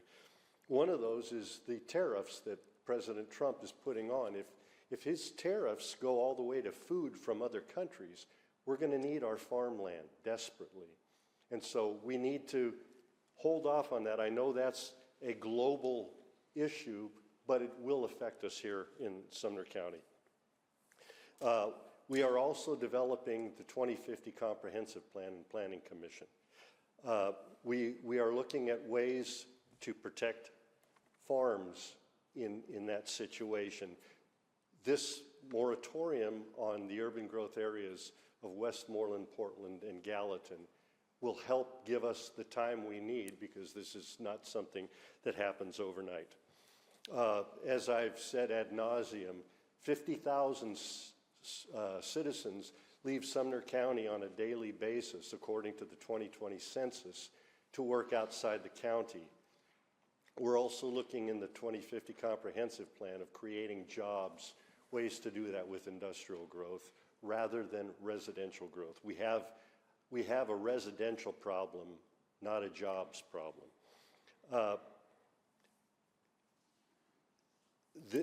Once again, it's only affecting the urban growth boundaries around those three cities. It's not affecting the cities themselves. They have their property lines. They have total control of what happens in that. This is not a big ask to include this resolution. All right, thank you, sir. The benefits to the county, if we are able to increase in the job count in the county, could be very, very important when it comes to wear and tear on roads, times people live on freeways and highways, fuel usage, wear and tear on vehicles, and quality of life. This could help a dramatic amount there. And as I said before, nobody's going to be starved of water. The water will still be coming from the Cumberland. That's not going to stop. There will be no droughts. There'll be plenty of water up in that area because in upsizing the pipes that the mayor of Portland did, he increased his capacity from what he needed, which was 1 million gallons a day, to 3 million gallons a day. He's got more than enough water than he could ever need up in Portland. And he did that kind of on speculation. He stalled the process of the construction by about 5 months, as I recall, because he promised he would come up with the money and he didn't. So this is a win-win situation for everybody if we approve this resolution. All right, thank you, sir. Mr. Nguyen. Thank you, Mr. Chairman. You know, the more I've learned about this specific grant, the more I'm learning that, you know, this isn't about a sustainable water source for residents of Portland. This specific funding is about, it's bringing jobs and industry to the Portland area.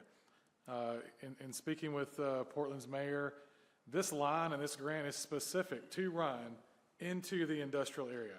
That's it. That's it.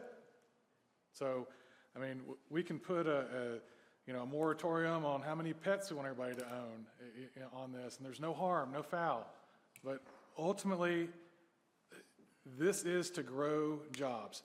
Now, this commission has publicly stated that we want commercial growth. We want to grow our commercial base, diversify our tax base. But then we'll do stuff like this, where we've got half information or somebody's weaving a tale that's not even near correct.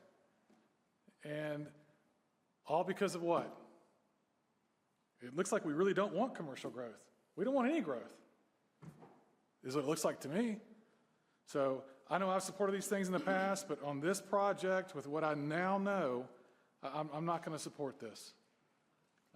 This is for industrial growth. This is for jobs for Sumner County.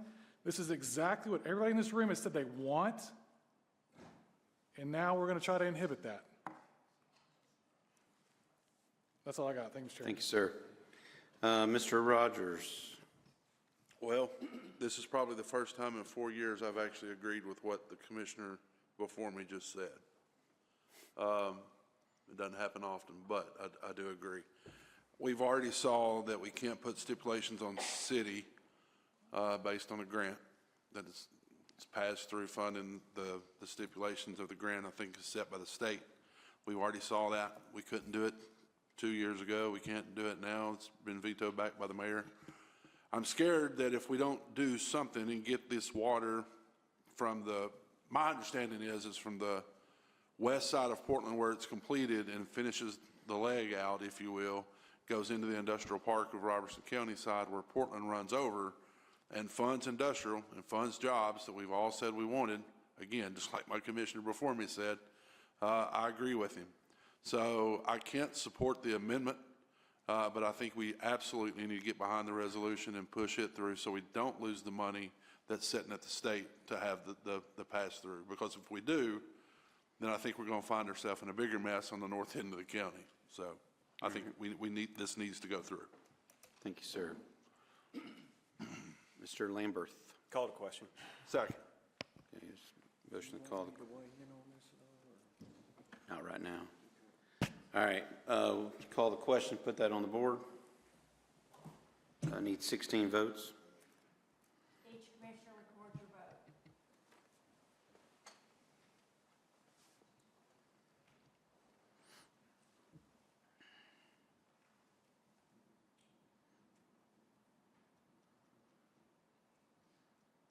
Okay, call the question fails. Mr. Jones. Thank you, Mr. Chairman. I just wanted to correct something that was said. A veto does not mean we cannot do it. A veto just means the mayor disagrees with what we want to do. We have the power of the purse. That's about all the power we have here.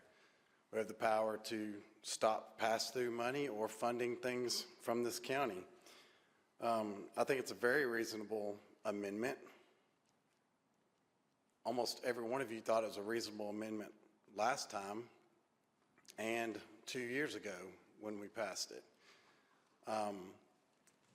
Every time a Facebook post goes out talking about how charming and how great our cities are, it gets hijacked by almost every citizen that comments on it and talks about the growth and the traffic and how out of control everything is. How Gallatin just rubber stamps everything and consistently has 10,000 houses on the books to be built.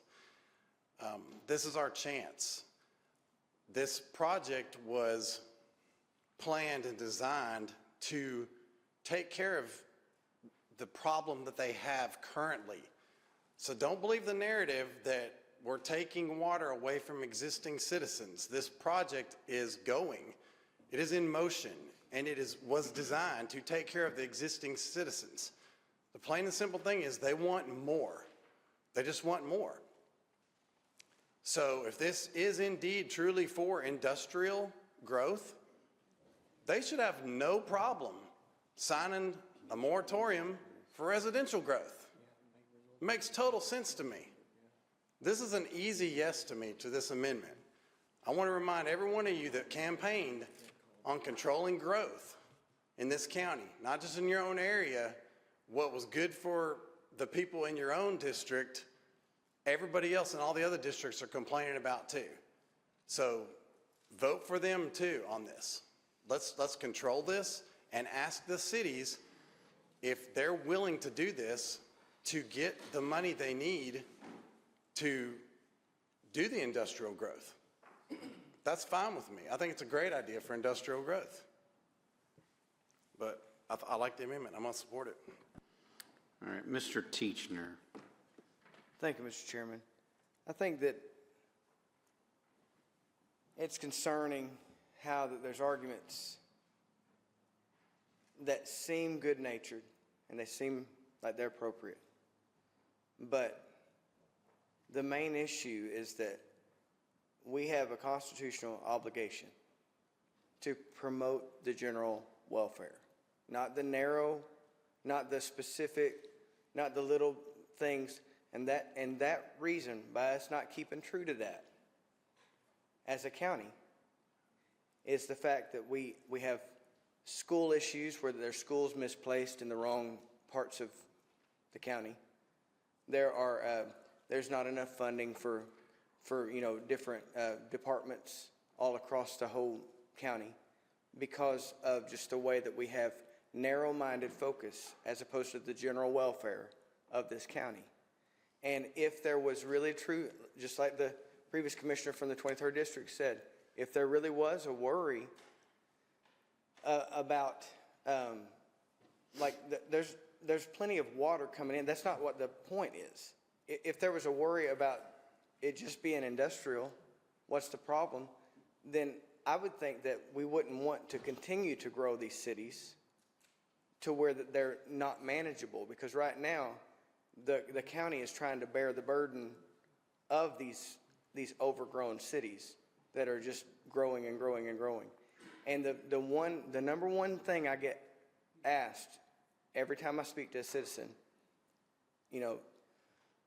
8 times out of 10, they will say that they worry because we grow so quickly. We're growing so quickly, and there's no way to keep up. Well, the way that you keep up is you do put a moratorium on that kind of growth that's not good, that's not manageable, and you go wide open on the growth that is good, like industrial, agricultural, and commercial. And I believe that's the mayor's jobs in the municipalities and the county to bring that growth, not residential, to our county, and that the residential will come automatically. But there's no way for the residential to pay for the rest of the growth. And I think that it's a shame that we argue over the things when everybody in here is for the same thing, you would think, unless there's some kind of an interest that is underlying. But if we're for the people to promote the general welfare, then we're going to want the county to be better off in the long run, which means we're going to bring industrial growth instead of standing in the way of it because it says, oh, let's make sure there's a moratorium on residential. Those two things shouldn't have anything to do with anything. So if they don't, which I agree, they shouldn't, then why don't we just vote it through like we did last month? I think I completely support the commissioner from the 16th District's amendment, and I think that it's very worthy cause because we do get growth in the right direction, and we ensure that everybody has water and everybody has a job to go to as we grow as a county. All right, thank you. I'm going to let Mr. Ring, unless you're calling the question, I'm going to let you skip line. Okay, can you hit Mr. Ring? He hadn't spoken on this one yet. Good. Yes. Thank you. A couple of things. One is the idea this is going to benefit Portland, so we're going to punish Gallatin and Westmoreland to benefit Portland. That makes no sense to me. Number two, I believe I believe this is unconstitutional to put these requirements on these cities. So I will be voting against this amendment. All right, thank you, sir. I think everyone else is, but Mr. Klein, you're back up. Thank you, Mr. Chairman. I'm really confused about that last comment. I don't understand how we're punishing anybody. The water is still coming. It's the same amount of water it would have been one way or the other. The problem is we have a planning problem in this county. We have not, and I say we as the commission back 20 years, has not done a great job of planning. We had a 2035 comprehensive plan that never was implemented. It was approved in 2012, and it never got implemented. I want to appeal to my fellow commissioners in District 15 and 5 that this resolution that Mr. Mansfield is proposing is strictly for residential. It does not stop anything when it comes to industrial, commercial, or agricultural. We can only fit so many people in this county, and right now we are way out of balance. We've got 50,000 people that leave it every day to go to work. That's a quarter of our population. We need to adjust now. This is the perfect opportunity in areas that have shown recently very high growth. Hendersonville has pulled way back. Gallatin has not. Westmoreland's on the rise, and so is Portland. But we need jobs in this county. We don't need more residents. We need jobs for those people.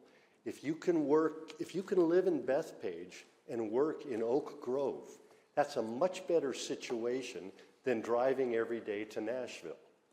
And that's all I'm suggesting we do. This is water for everything but residential, and this is a small group. This is the urban growth boundaries. That's a perimeter around the cities. That's as far as they can go anyway, without a major election process. None of the cities can go past the urban growth boundaries. They can't. And so please understand what we've got here. We've got plenty of water coming in from the Cumberland River once this pipeline is done. All we're asking is that we suspend for a time the growth on residential, and that'll enable us to increase the growth in industrial, commercial, and agriculture. That's all I'm asking us to do. It sounds like a win-win all the way around until we can get the 2050 comprehensive plan implemented. This is our best solution for the current time. Thank you. Okay, I'm gonna hear from Ms. Miller, and then I'm gonna ask the law director to chime in a little bit. But can you put Ms. Miller? Go ahead. Back in 2022, when all 24 of us ran, I would say almost all 24 commissioners ran on controlled growth. Controlled growth is obviously residential. Didn't have anything to do with industrial. And I've heard about this water grant a lot. This is the first time I've heard about it being for industrial. So put your money where your mouth is and vote for controlled growth, because all this is going to do is open up for a blow up. Y'all, come on. We worked on the planning commission. We worked on everything. We made it in the county where you had to have 5 acres or 2.3 acres, except in the urban growth boundary. This water line's going right through that urban growth boundary. These cities are going to annex, and it's going to blow up. And then what are you going to tell your constituents? Just saying, do what you said you're going to do, controlled growth. Vote for the amendment. It gives us the industrial, it gives us the water, and it stops the uncontrolled growth. Go back and look at your campaign slogans. Go back and look at your Facebook pages, because I did. I appreciate it. Actually, I see Mr. Harrison in the queue, and you haven't necessarily. Okay, all right, thanks, sir. Mr. Law Director, can you chime in on your opinion of the discussion of the point that we've been making here? Yes, and this is just a legal analysis. It has nothing to do with my personal opinions on this, but this started out as a state grant that was specifically created to fund this specific project. And a couple of the issues that we have is that an annexation authority is governed by state statute and is a municipal power. Conditioning grant funds on suspension of annexation could be viewed as beyond the county's authority and potentially unenforceable. And the conditioning of these funds or tying the state infrastructure funding to these policy concessions raises certain conditions that could easily create litigation risk. So since the other items that were added on the amendment were not part of the amendment tonight, I won't go into those details. I had researched this at one of the commissioner's requests when it first got vetoed, so that's why I've got a long laundry list of items here. But as it stands amended now, those are the potential concerns. Okay. Again, looking at who hasn't spoken, Mr. Harrison. Can you put Mr. Harrison? Thank you, Mr. Chairman. You can stand up and pontificate all you want and say that the water's going to come regardless. People don't work if they don't get paid. The money will stop. It's as simple as that. We can talk about this till midnight. We've done it before. The money will stop. It's that simple. We've heard people talking about the general welfare, except for the ones that don't have the water. Portland is the only community in this county that is not tied directly to the Cumberland River. It's the only one. We heard a citizen come here tonight and talk about drought conditions. We have those problems up there. It's easy for somebody from the lower end of the county that don't ever have to worry about turning on the water and getting water to stand up all night long and make amendments and say this and that and the other that the law directors told us is illegal. That's easy to do. Bottom line is, we don't get this, the state will claw back this money. The project will stop. Thank you, Mr. Chairman. Appreciate it, sir. I think everyone's spoken at least one. Mr. Mansfield. I appreciate all the rousing speeches. I guess I want to clarify a couple things that have been misstated about previous things we've done not being allowable. In 2023, what this commission passed, all but one vote, TDEC actually sent a letter out saying that there was nothing directly inhibiting the ability of the county to meet the obligations of that grant with the stipulations that we put on it. That was from TDEC in a letter to the county commission, July of 2024. Specifically and interestingly enough, TDEC says, TDEC respects the desire of the Sumner County Commission to manage growth in a way that holistically considers environmental, financial, educational, and other potential resource strains. Again, the bottom line is that all appropriations drive the tax rate, period. That's just a fact. I said this last month. Commissioner Klein was at the meetings. He can correct me if I was wrong. The Portland mayor asked for that increase in a mainline capacity from 16 inches to 20 inches after that $20 million grant was approved and given to Gallatin, where they bypassed the county because they didn't like our conditions. I will remind this county commission that during the budget meetings when this was being discussed back in July, that the Westmoreland mayor stood in room 112 and said he was tired of eating in Mexican restaurants. So he wanted to annex more county land to build more residential development, which we all know leads only to increased financial strains on the tax base, overloading schools. I've already talked to school personnel up in Westmoreland. They're like, we're going to have to build a new high school with all this growth we've had. We're going to have to build new middle schools and elementary schools with all the growth we've had. Westmoreland, I know, is annexed over 800 acres of county land to build houses. I believe it's 1,200 if I'm not mistaken, but I know it's been over 800 to build thousands of new houses that all got green-lighted as soon as we approved these water line grants for existing residents. So don't sit here and tell me this isn't for future growth or residential growth, because it's a lie. It's a bunch of crap. And I'm sick of hearing that too. So what the Portland mayor asked was an increase in the main line from 16 inches to 20 inches, which would increase the capacity from 1 million gallons a day to 3 million gallons a day. So instead of a 12-inch line to Portland, increased to 16-inch line, which would be a drastic increase in the volume and ability to take on all kinds of growth, not industrial. I think it's great this is for industrial growth. The fact that this is for industrial growth means that it shouldn't be a problem to pause annexation for residential growth, and it should be controversial. The law director did not say this would be illegal. That's false as well. I heard what the law director said, and the same things were said in July of 2023. This amendment is basically asking the cities to voluntarily do a moratorium. We have no constitutional authority to tell a city what to do. That is true. The cities can decide to do it or not. That's on the cities to do if they want this water. That's what we did in 2023. And if this is for industrial, it should be easy. It's been said there here tonight several times. So not a big deal to me. I don't see a problem with it. I know TDEC in the past has said there's not a problem with it. I will be supporting this resolution. I've supported so far $36.7 million of waterline funding for Westmoreland so far.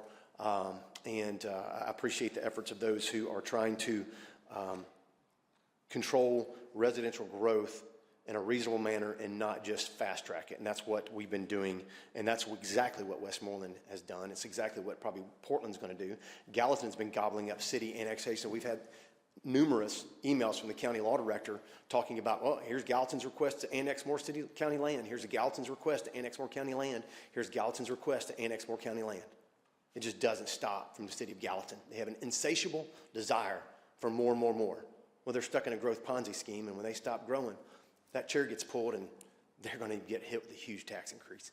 So I appreciate TDEC's letter to the Sumner County Mayor and the Commission affirming our concerns on the ability to pay for things as growth has outpaced these abilities. And so this is on behalf of citizens. I've not heard, citizens have said how much they loved this idea and resolution, how much they love the fact that of Gallatin, Westmoreland, and Portland not to annex county land. I wish Gillisville was involved with this. I'd include them too, because they just annexed county land that I was very upset about. They ignored the citizens completely 4 times in a year. Just ignored them, 3 out of 5 city commissioners. Citizens are very upset about it. So citizens are tired of land being gobbled up. They're tired of being curb stomped by overgrowth and overdevelopment. And that's what this is about. It's about putting a pause, a voluntary pause, asking them to do this, and being good neighbors and good citizens and good council members and to listen to what their constituents want, because the citizens want this in these cities. So thank you, Mr. Chairman. Okay, so appreciate it. For clarification on your amendment here. Yeah, and focus in on, is this basically a mandate or a request to voluntarily do that? So go ahead. So I'll state it as a request. Be it further resolved that the approval of the disbursement of grant funds by the county for this project shall be conditioned upon request on the cities of Portland, Westmoreland, and Gallatin, creating a minimum of a 5-year moratorium on annexation of unincorporated areas of the county for the purpose of residential development. Okay, it's still not clear to me, your point about, is it we're requesting them to voluntarily do it, so that they don't necessarily have to do it, but we're requesting them to? Is that your amendment? I cannot command them to do anything, so it's a request. Okay. And I just want to make sure that we're all clear this on be that. conditioned on the cities of Portland, Westmoreland, and Gallatin, creating a minimum of 5-year moratorium on the annexation of unincorporated areas of the county for the purpose of residential development. All right, thank you, sir. Mr. Lambert. Thank you, Mr. Chairman. So I've heard a lot of opinions tonight, back and forth, and so I wanted to take a second and just speak facts, and I'm going to leave it at that. While we were sitting here, I reached out to the mayor of Portland and just confirmed, I've heard residential, I've heard industrial. His response was, the water grant is to provide water to the water tower nearest to the industrial park. From there, it will allow more industry to locate in Portland. After I got that answer, I reached out to our state legislators and asked if these stipulations would cause any sort of issues. Response I got, any stipulations puts it back into the state budget and we'll have it reallocated to somewhere else in the state where they value economic development. That was their exact response. Thank you. All right, so any stipulations, what I just heard there. Thank you, sir. Mr. Nguyen. Thank you, Mr. Chairman. So again, this is about job growth and not residential growth. Some other facts that we'll put out there. The number of industrial RFIs that Portland has had to turn down. Mr. Chairman, you take a guess at that? I don't have a good guess. Go ahead and tell us. Yeah, 50. Okay.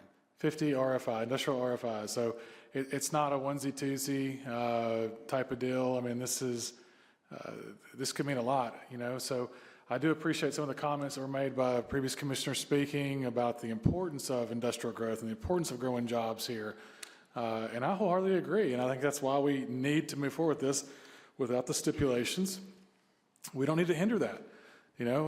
This commission has made a very good practice of saying one thing and doing another. I'll just go back and remind that we talk about the importance of industrial growth and attracting and growing businesses, but yet one of the first actions that we did was defund our economic growth arm for the county. We haven't had one in 3 years. So is it that important? Actions don't match the words, that's for sure. So, again, this is about growing jobs, and it's as simple as that. This is about jobs. Thanks, Mr. Chairman. Thank you, sir. Mr. Teachner. Mr. Chairman, thank you so much. I just want to remind everybody listening at home that the reason we were set up as a democratic republic was so that scare tactics, snide remarks, even from fellow commissioners, wouldn't stand in the way of doing the right thing. And if actions were not a worry, if it were truly the scare tactic that we're being told, then we would not have to worry, because the cities would have a self-imposed moratorium on growth, because they would be, as everyone's saying, scared that the water's running out. But they're not. They're growing beyond anything. And so the reason why that we need to ask this is just the plain and simple fact that we have to stand in the gap and not be swayed by just some speech of it being a thing that's not a thing. Because ultimately what it comes down to is, if we were truly worried that water is running out, why would cities still continue to want to grow in those areas? If that were truly the case.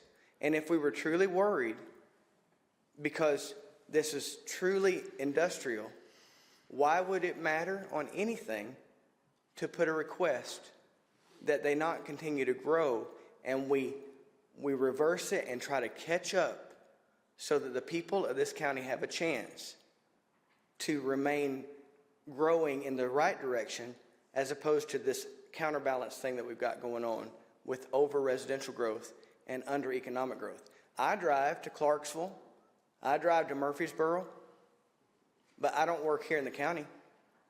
But I invest in the county, I'm serving. So I know there's a ton of people, a lot of my neighbors don't work in the county. And I would love to see growth in the right direction.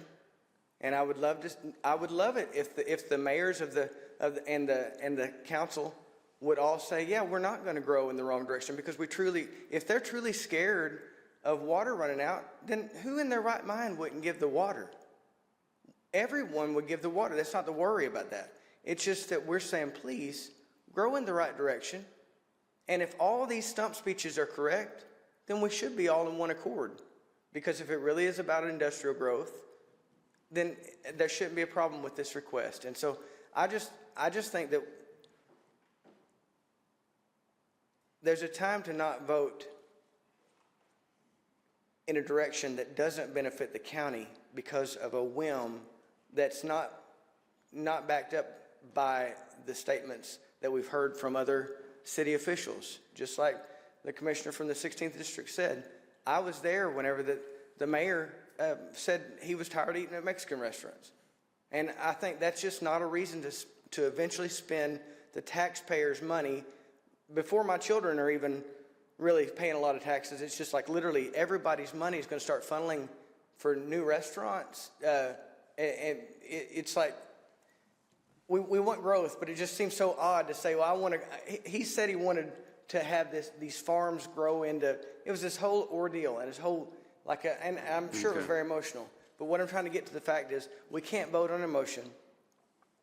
If we can get industrial growth, just like it said, it shouldn't be a problem that we vote for this just request of the municipalities. Thank you, sir. Thank you. Mr. Ring.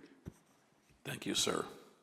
If somebody points a gun at my head and says I'm requesting $10,000, that's not a request. That's an ultimatum. And that's basically what we're doing now, is giving them an ultimatum. It is not a request. If they have to do it for Portland to get the water, then it's not a request. Thank you.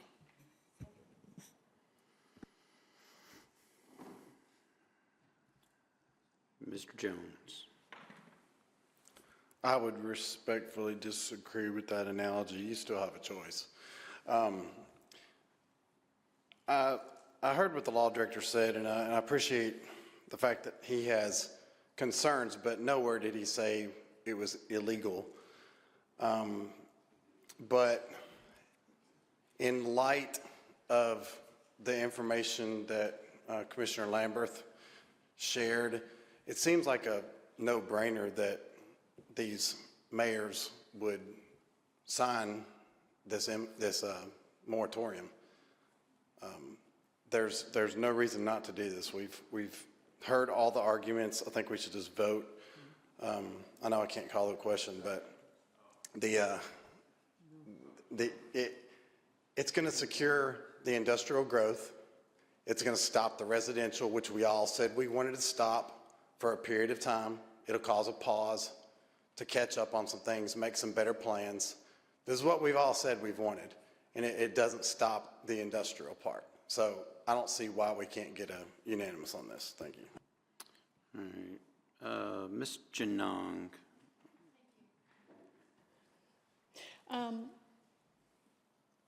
So I have always had heartburn over the residential growth because I'm in the middle of it, okay? And it hasn't been fun. Industrial growth, I agree. We need that because we need jobs, like they said. Since the commissioner was speaking to the mayor in Portland, what industrial development, what kind of industry are they planning on bringing in? That's a question I have, because I have been following the Franklin Simpson data center issue, which is across the highway on 65, which is in that area. And they're wanting to bring in, I think it's 3 data centers. And this company is from Florida, and they have 6 months they've been open. And there's a big battle where the residents don't want it. And I've asked over and over, where's the water coming from? Where's the power coming from? Nobody can tell me. I have a great deal of concern, and I really would like to know before I vote, because I do think the water is very important. But there needs to be guardrails, because we tend to vote for things on emotion, and we don't forward think about what is exactly going to happen. So I would like to know what type of industrial development are they going to do, because they already know who they are, because they're not going to ask for that if they don't. And regarding the residential, when you add, I personally went to Westmoreland several years ago to their council meeting, and I sat in there and talked about the residential development they were doing up there. And the people that lived there were upset. They were dismissed, as all council meetings seem to be going. The residents were dismissed about their concerns, and they were approving all these subdivisions, and they actually didn't have enough sewer taps, which I thought was interesting, so I didn't know where their poo was going to go. But my concern is that we're not forward thinking. We're emotionally thinking, and a moratorium on development for residential, because Gallatin is having issues with infrastructure. We're having ruptured lines. We have a lot of issues in Gallatin from all the overdevelopment. Some may argue with me I'm wrong, but it's happening. And that's what we have to think about. Are we forward thinking? We're asking for a moratorium on residential development just for people to catch up, because you don't know, once you start adding all these homes and all this residential, then you start having a lot of issues. I think it's great to have industry, but I'd like to know kind of some more facts about it. You know, I'm not against industrial development, trust me, I'm not. But I do have a problem with residential, because then we get into apartment buildings, townhomes, all those kind of things. So I think we need to really think about this, because we're not forward thinking, we're emotionally thinking. And I would like to say that, you know, I like the amendment, but I also like the idea of giving them the water for the industry. So that's my. All right, thank you. I'm going to let Mr. Schmidt speak. Can you put him? Thank you, Mr. Chairman. So this is really going to direct this to the law director, if I may. With all the comments you've heard after you made your statement about this being in litigation, legally, these amendments likely would not hold up if we try to include these amendments tonight on the moratorium. Legally, it's not going to hold up if it's litigated. Am I hearing that correctly? Can you put him on again? There you go. I was researching this merely for input on potential litigation. This has not been litigated in this state, so I can't give you a positive or negative. This is just what I could find that would be of potential concern to the county. I mean, and I'm not trying to put you on the spot because I'm not an attorney, so this is why I'm asking. But if you had to make a decision, we're sitting here litigating all this, you've got to say, hey, what would you recommend we do? Would you, in other words, recommend that we go with the amendments with the moratoriums? Or would you say, you know, guys, this is likely going to cost taxpayers a lot of money in litigation and legal fees. I think you ought to either pass it one way or the other as it's written from the state. To be perfectly honest, from a practical standpoint, I can see it being put in there, passed, and even if it's not litigated, them just saying, no, they're not going to do it. And then it becomes a question of what's the county going to do, because they consider them in violation of a resolution. And then we get right back to the original outline of the question that I answered. So unfortunately, all I can do is give you my legal analysis. That's why I didn't run for commissioner. Right. No, I understand. So, so in other words, this, from what I'm hearing from you, this likely would fail if the stipulations are litigated. And my concern is if we lose, Then the question we have to ask, who's going to pay for the $12.5 million water grant if the state says, oh, we're going to take it back? Those are concerns I have based on what he's saying, what the law director is saying. All right. Thank you, sir. Mr. Mansfield. Yeah, thank you, Mr. Chairman. I just want to remind that the Portland mayor did request that the line go from 16 to 20 inches and exceeded the scope of what was originally passed, the $20 million grant in 2023. And he did promise the city would pay for those increases and make up the difference, which is estimated at $10 million about a year and a half ago, I believe. And Mr. Klein can correct me if I'm wrong. I believe that's what the minutes said when I read those. And so just want to point out that fact, and also the fact that this agreement is with the city of Gallatin, and who is, I guess, still the mediator when they went around the commission in 2023, when the commission had the authority to do what we did, and TDEC said it wouldn't cause a problem doing what we did. And so I guess I just want to remind this body of that. I am going to support this because, as Commissioner Jones has pointed out, that it's the only recourse we have on growth. And these cities are obviously proven that they are not willing to curb residential growth at the request of the county. This legislative body has put forth 2 resolutions to the state delegations asking them to amend or repeal the 2006 County Powers of Relief Act that would allow counties to do impact fees for residential development, which would include cities. That keeps failing at the state level because of the Home Builders and Realtors Association. And so, and obviously the annexation bill that we had worked with the Portland representative that was mentioned tonight, one of them, to carry forward to allow the counties to have a seat at the table when it comes to annexation and have a vote on that if the cities want to annex county land. That keeps failing at the state level because of the Home Builders and Realtors Associations. And so the citizens are asking for relief, and the only thing that we can do as a legislative body is to make these kind of requests or put these type of stipulations on things since we can't get our state delegation to do anything about it. We can't get our city council to do anything about it.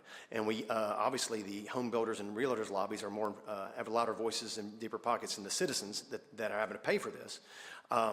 You know, it's very disheartening and frustrating for me, for my constituents, I know for citizens throughout the entire county dealing with these issues. So, but I just do want to remind us that we're in this position because the Portland mayor exceeded his, what was originally agreed to, and asked and said that they could pay for it, and then came back, I guess, and they couldn't pay for it, and then asked the state to bail them out. And that's kind of why we're here at this point. So I just want to remind this body of that. Thank you. And I'm going to be voting for this amendment. All right, Mr. Lambert. Yeah, just responding to questions. I reached out to, which I would encourage everyone to do, reach out to the people directly. Don't wait till these meetings to ask questions. Don't wait till committee meetings to ask questions. Reach out to these people. So I reached out to the Portland Economic and Community Development Director because I feel like if anybody is going to know what industries they are looking at, I asked specifically for data centers, and their response was no. They were high-tech manufacturing industries, RFIs. They're ones that are there trying to get, which I don't know if you guys have any insight, but for those of us that did grow up in Portland, those are the exact type of jobs that we not only want but need in our community. To have those types of jobs that maybe people don't have to live paycheck to paycheck. I understand that there's a lot of oogie boogie with residential and that residential growth. I would also point out that I had it confirmed Portland issued about 130 residential permits in 2 years. The county issued over 700, almost 800 in that same time frame. So if we're going to talk about moratoriums, do we need to put one on the county? I agree. We do get emotional with these. I agree we get emotional with these. I also agree that we did run on, a lot of us ran on controlled growth. I think if we were talking about a 700 home subdivision, this would be a very different conversation and probably one that we would all agree on. However, based off of what the questions that I've asked tonight, the feedback I've gotten from the ones that are in those decision-making seats.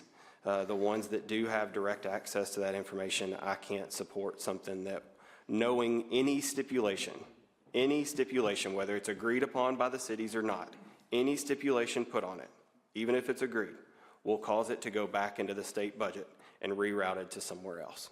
Thank you. Thank you, sir. Mr. Jones, last in the queue. Thank you, Mr. Chairman. Again, we could keep doing this all night long. That last comment just makes me more solidified in voting for this amendment, because now I'm very, very encouraged to know that all of this is going towards industrial and it's not going towards new residential, so they shouldn't have any problem signing that part. My fear is, though, because there was such a low number of permits issued for residential growth, that tells me that they're at their limit for infrastructure. They need more water. And so we're going to give them about 3 times more water than they have now, which gives them the ability to grow. If it's all for industrial, great. They're going to put the squash on any residential that's coming because they want that residential so bad. Any stipulations, be clear. This county is not stopping anything.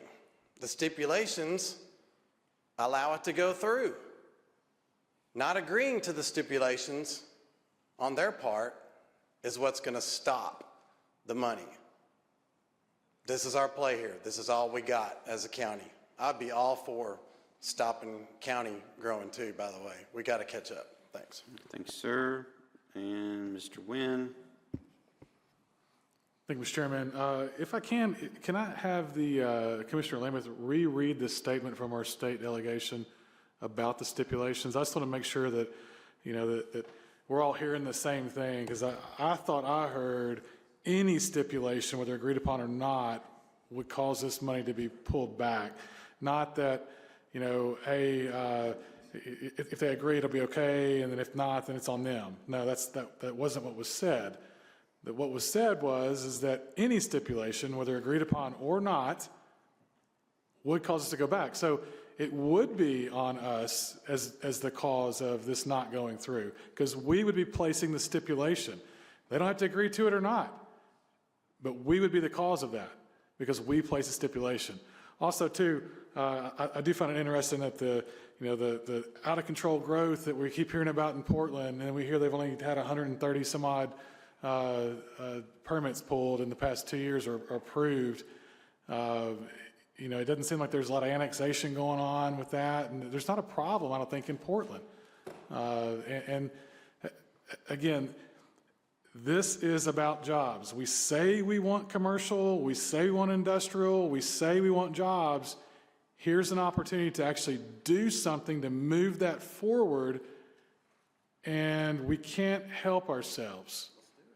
We can't help ourselves. So again, Mr. Chairman, I'm going to vote against this amendment, and I would highly encourage other commissioners to do the same, because again, any stipulation, whether agreed to or not, will cause this funding to be pulled back to the state. Thank you, Mr. Chairman. Thank you. And yes, that's what I heard Mr. Lambert say as well. Mr. Lambert, you can get in the queue if that's not the case. Mr. Teachner. Thank you, Mr. Chairman.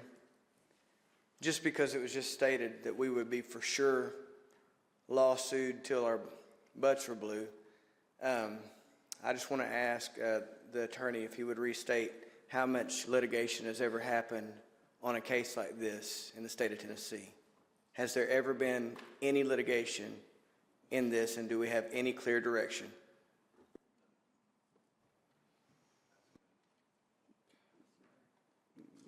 Put it back on there. I could find no case law or any litigation that has occurred in this state over this topic. Other than the outline I presented, that's all I know. So, Mr. Chairman, can I go back? Follow up with that and go ahead and get in the queue. If you can get in the queue, please. I didn't remember. Can you put teacher back in? Okay, so there's not been litigation, and then our decision in 2023 was almost unanimous, 23 out of 24, and we were praised by the issuing, by TDEC. And so I just don't understand why there's such a confusion on this. And we don't even know, we're arguing over something that it seems there's more evidence in the favor of the citizen who's worried about the growth than there is in the handful of commissioners who are trying to bulldoze this through with no moratorium on growth. I don't understand it. Thank you. Mr. Rogers, if it's a point of information where it's yes or no, I'll allow you to skip line. Never ask a question that's been yes or no, Mr. Well, Chairman. if it's not yes or no, we'll wait for your turn. I'll wait. All right, thank you. Mr. Jones. No, I was waiting for Commissioner Lambert's response. If he's not going to give one, then I'll take it. Because it was accurate. Yeah. Yeah, I only asked him to chime in if it was not accurate. Yeah. So it's in any stipulation, whether it's ultimately agreed to or not, will pull the funds back to the state and they will reallocate it to other areas who are interested in economic development. I disagree with that. That takes the cities completely out of the opportunity to accept it. If the stipulation is we're going to give you $1 million more if we pass this, then that's going to take it and put it back in the state's hands? That's ridiculous. It's not our money. Do what? It's not the county's money. I understand that, but if we want to add to it or make it a better deal for them, that's a stipulation too. That's going to take it back and put it in the state's hands?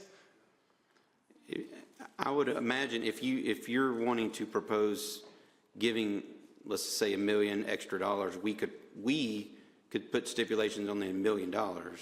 This is a pass-through from the state. No, it'd be stipulating, it'd be amending this.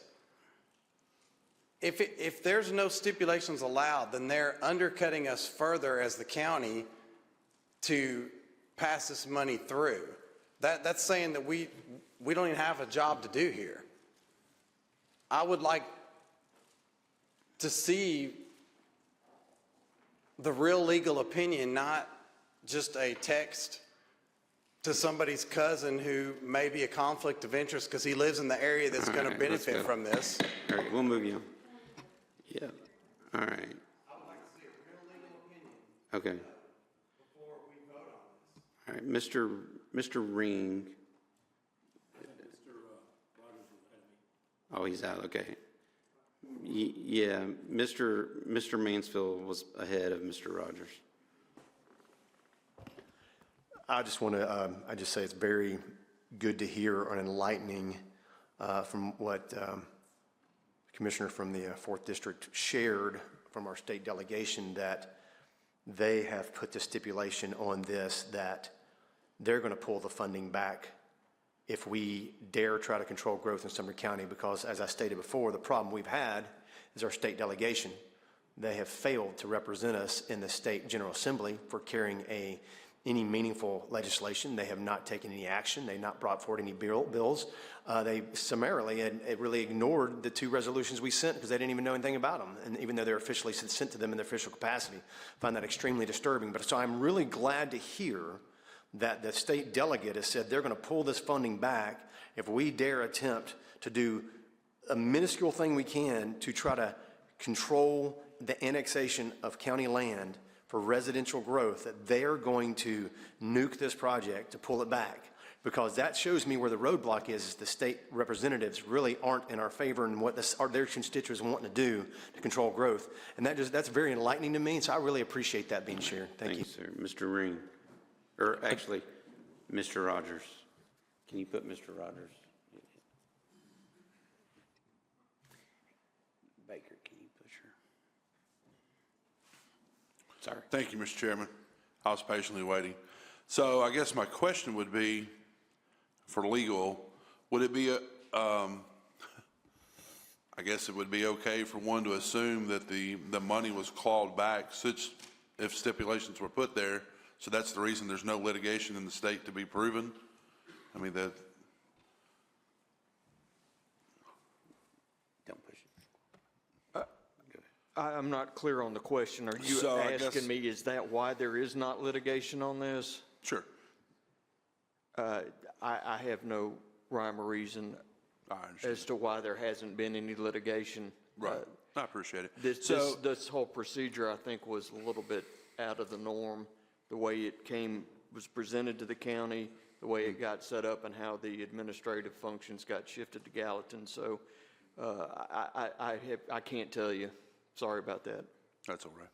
So I guess, Mr. Chairman, we sit here, and we've been going now for probably, I don't know, a good hour, at least, over this topic.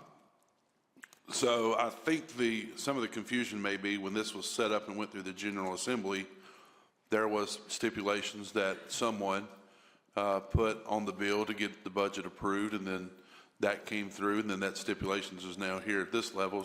So I think if we add anything greater than what the original intent was of the legislation at the county, or excuse me, at the state level, then that's what makes it to where they can claw it back. Same thing with any other state law. A general sessions judge or city judge can't make the code more egregious than what it is set at the state level, and they can go to a lesser included charge or something of that nature, but you can't go above what's already there. So again, we could run around all night long and argue the facts and argue what it's for. I believe that we'll see that the timeline shows that the money completed the project or is scheduled to complete the project up into where we're at now, and this is to get the water line to the lake for the industrial park that will feed in the Robertson County side. Now, sure, once you do the industrial park, you have to have people in there to work. Is there houses going to come? Probably. There's probably going to be some houses to come, but at least maybe we can say, hey, you know what, Sumner County, we believe in taking care of our people, so therefore we're bringing jobs in here that people can afford to live on, and they don't have to drive to Clarksville or Murfreesboro or Nashville or Bowling Green, such has been alluded to tonight, that over half the county leaves for work and comes back. Portland, I would argue that just to be the opposite. We have several people that come from Macon, Trousdale into Portland to work every day. Probably would have more. I've heard no telling how many times that's a great thing. Those people come in, they buy gas, they buy their lunch, they buy their breakfast, they spend their city taxes, and they go back to their county, and guess what? The county's won. We're not having to do anything but the infrastructure. And guess what? If they travel on state roads or state bypasses, then that's a TDOT problem. Then we don't have to pay for it any at all. Or if they come the interstate from Bowling Green, that's a TDOT problem and a KDOT problem, or whatever they call it in Kentucky, and we don't have to pay for that either. But we get their sales tax revenue here in the county. I think we're barking up the wrong tree, and it's a moot point because they've got to have somewhere to live. Let's approve this so people can go on about their life, and so can we. Thank you, sir. Mr. Reen. Thank you. My guess is that the reason this hasn't been litigated before is because no county has done this before. That's probably okay. I've been following along with what Mr. Rogers said, which tells me that it's probably not the best thing to be doing. If this were to go through, and Gallatin, Westmoreland, and Portland were going to say we are not going to build any more residential properties for 5 years, does that mean that nobody is going to be building residential properties for the next 5 years? No. That means it'll all be built on the west side of the county. Okay? Between Hendersonville and White House is going to be overgrown because people are coming to this county. Okay? We're not going to stop them from coming to this county. We may stop them from building a house in Gallatin, Westmoreland, or Portland. We're not going to stop them from coming to this county. If there's a moratorium on building, guess what's going to happen? The prices of homes are going to skyrocket. Now, that's great. If you're a homeowner and the value of your home goes up, you're going to be paying more property taxes. But where are the young people going to buy a house? If somebody is 25 years old, they're not going to be able to afford to buy a $700,000 or $800,000 or $900,000 starter home in Sumner County. And that's where we're going to be if we do this type of thing, okay? If we stop residential growth completely, that's what's going to happen. But like I said, if we stop it in Westmoreland, Gallatin, and Portland, it's going to go to White House, north of Hendersonville. That area is going to grow exponentially. So this doesn't do anything, all right? We need to just move on, approve this project without any stipulations so that the water can get where it needs to go. Thank you. Thanks.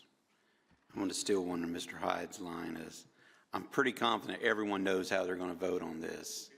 So, but we've got one more person in the queue. I'm going to let Mr. Teachner speak. Thank you, Mr. Chairman. I just want to clarify for the commissioner from the 8th District that the only one who was asking for that we should possibly suggest not having any more building permits was the commissioner from the 20th District, when he said that he thought that we should not have any growth in the county either. But we were actually, the amendment, as stated, says no annexation of property. So it doesn't mean no building permits.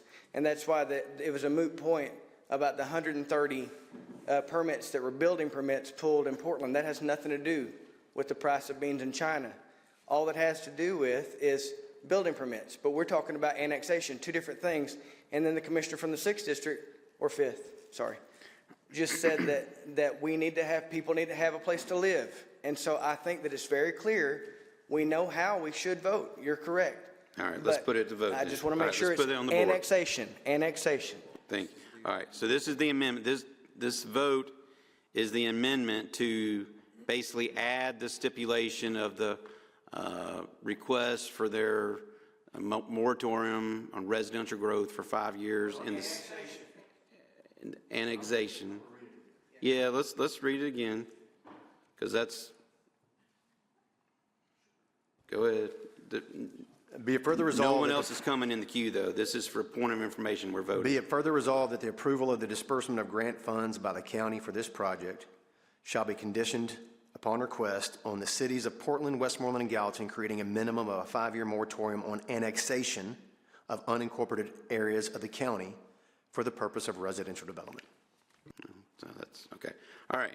So this, if you vote yes on this, we will then vote on the main motion, or you can vote no. Let's put it on the board. Needs 13 votes to pass. Each commissioner record your vote.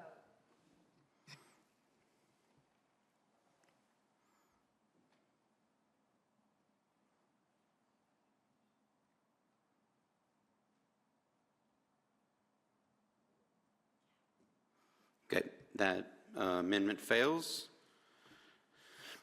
Back to the main motion, Mr. Jones. Thank you, Mr. Chairman. I have an amendment to make to the main motion.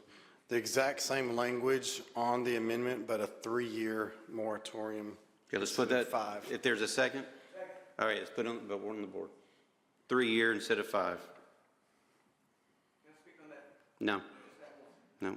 I already voted. Each commissioner record your vote.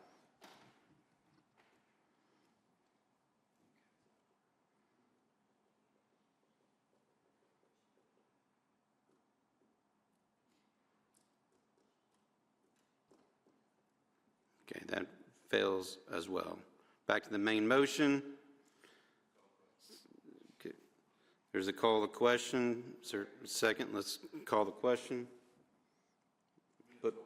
Put that on the board. Each commissioner record your vote.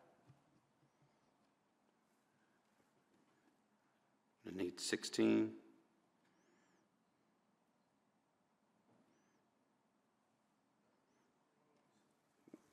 Okay, 16 votes. The question has been called. Let's put this on the board. We're on the main motion.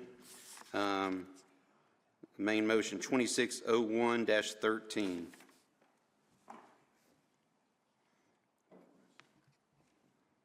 Each commissioner record your vote.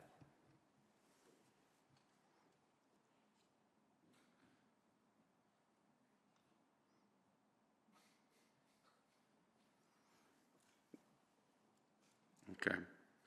So the main motion passes 20 with 1 abstention.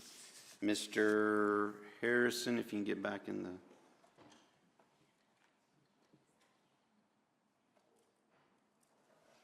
There you go, Mr. Harrison. Thank you, Mr. Chairman. I brought this back to legislative because we only had 17 commissioners that were in attendance at the December meeting, and I was asked to bring this back, which is why that we brought it through legislative. We have passed the original schedule for the year 2026. and we had set the meeting time after some debate at 7 o'clock. I was asked to bring this back to change it to 6, so that's why I'm bringing it. There's a motion and a second to change the commission meeting times from 7 p.m. to 6 p.m. Mr. Mansfield. I would like to know who is requesting that this be changed to 6 p.m.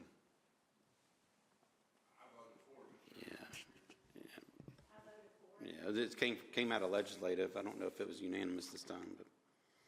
Okay, well, I'll just go ahead and, I don't understand, why is everybody wanting to move up to 6 p.m.? I'll say why I'm against it. I know, one, it's never been 6 p.m.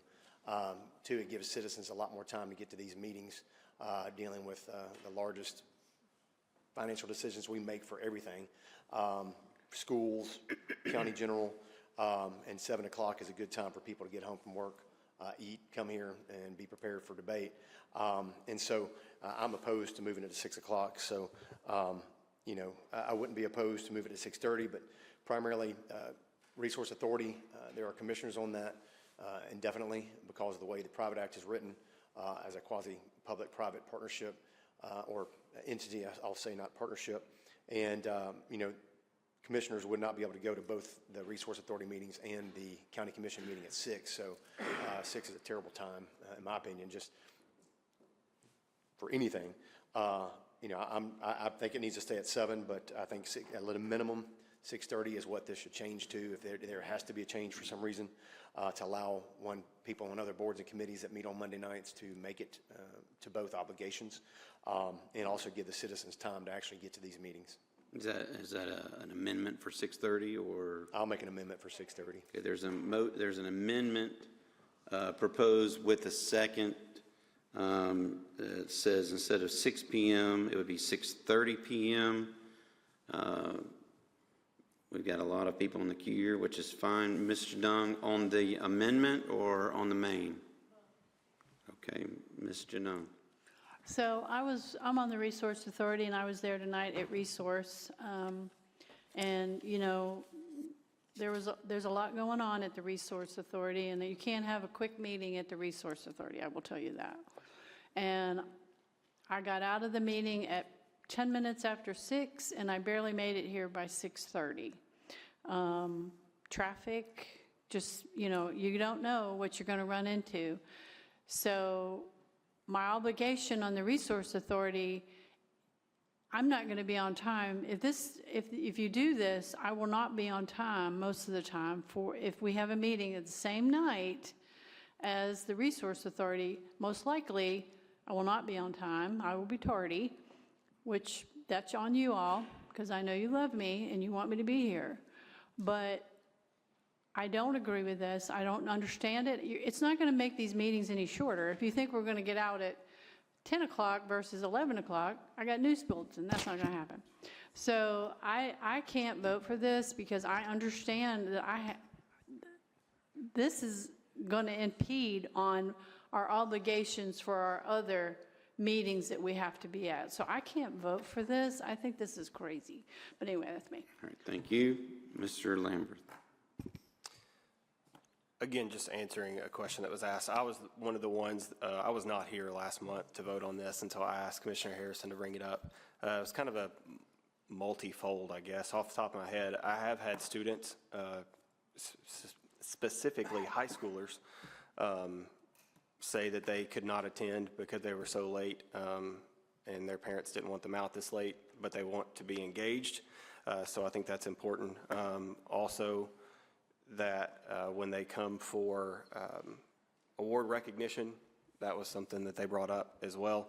I've also had people ask about various things, and when I mentioned coming down here to be a participant, they said it's in a joking way, but can't stay up till 1 a.m.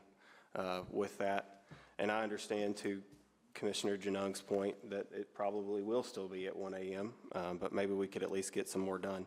And then selfishly, my job would appreciate if I could get more than 4 or 5 hours of sleep before I go into work the next day. So just was a question asked. I don't mind saying that I was one of the ones that asked to bring it up. Appreciate it. Excuse me. Ms. Boyd? So I've been on the Resource Authority. Y'all all know I stepped down for various reasons. But that board, I don't know if y'all have asked them to move their meeting. They were really quick to move it out of this building away from the citizens 2 years ago. They could vote to have it a different night. Not saying that I want y'all rushing through traffic, but it could be moved. The reason I would be for this at 6 o'clock is we sit in here and we have very vigorous debate, which is good.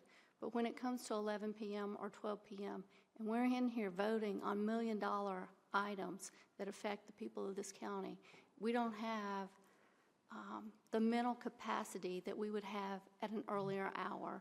So maybe we move it from midnight to 11, or maybe we try to be more efficient.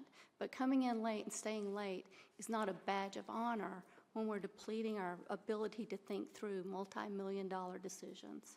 And that would be why I would be definitely for moving this to 6 o'clock. All right, thank you. Mr. Brown, on the amendment or on the main? All right.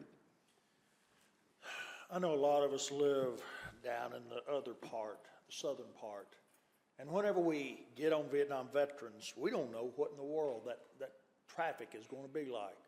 Whether there's going to be an accident, whether there's going to be a policeman that has somebody pulled over on the side that is going to cause about 2 or 3 miles of stalled traffic, because everybody wants to stop and rubberneck.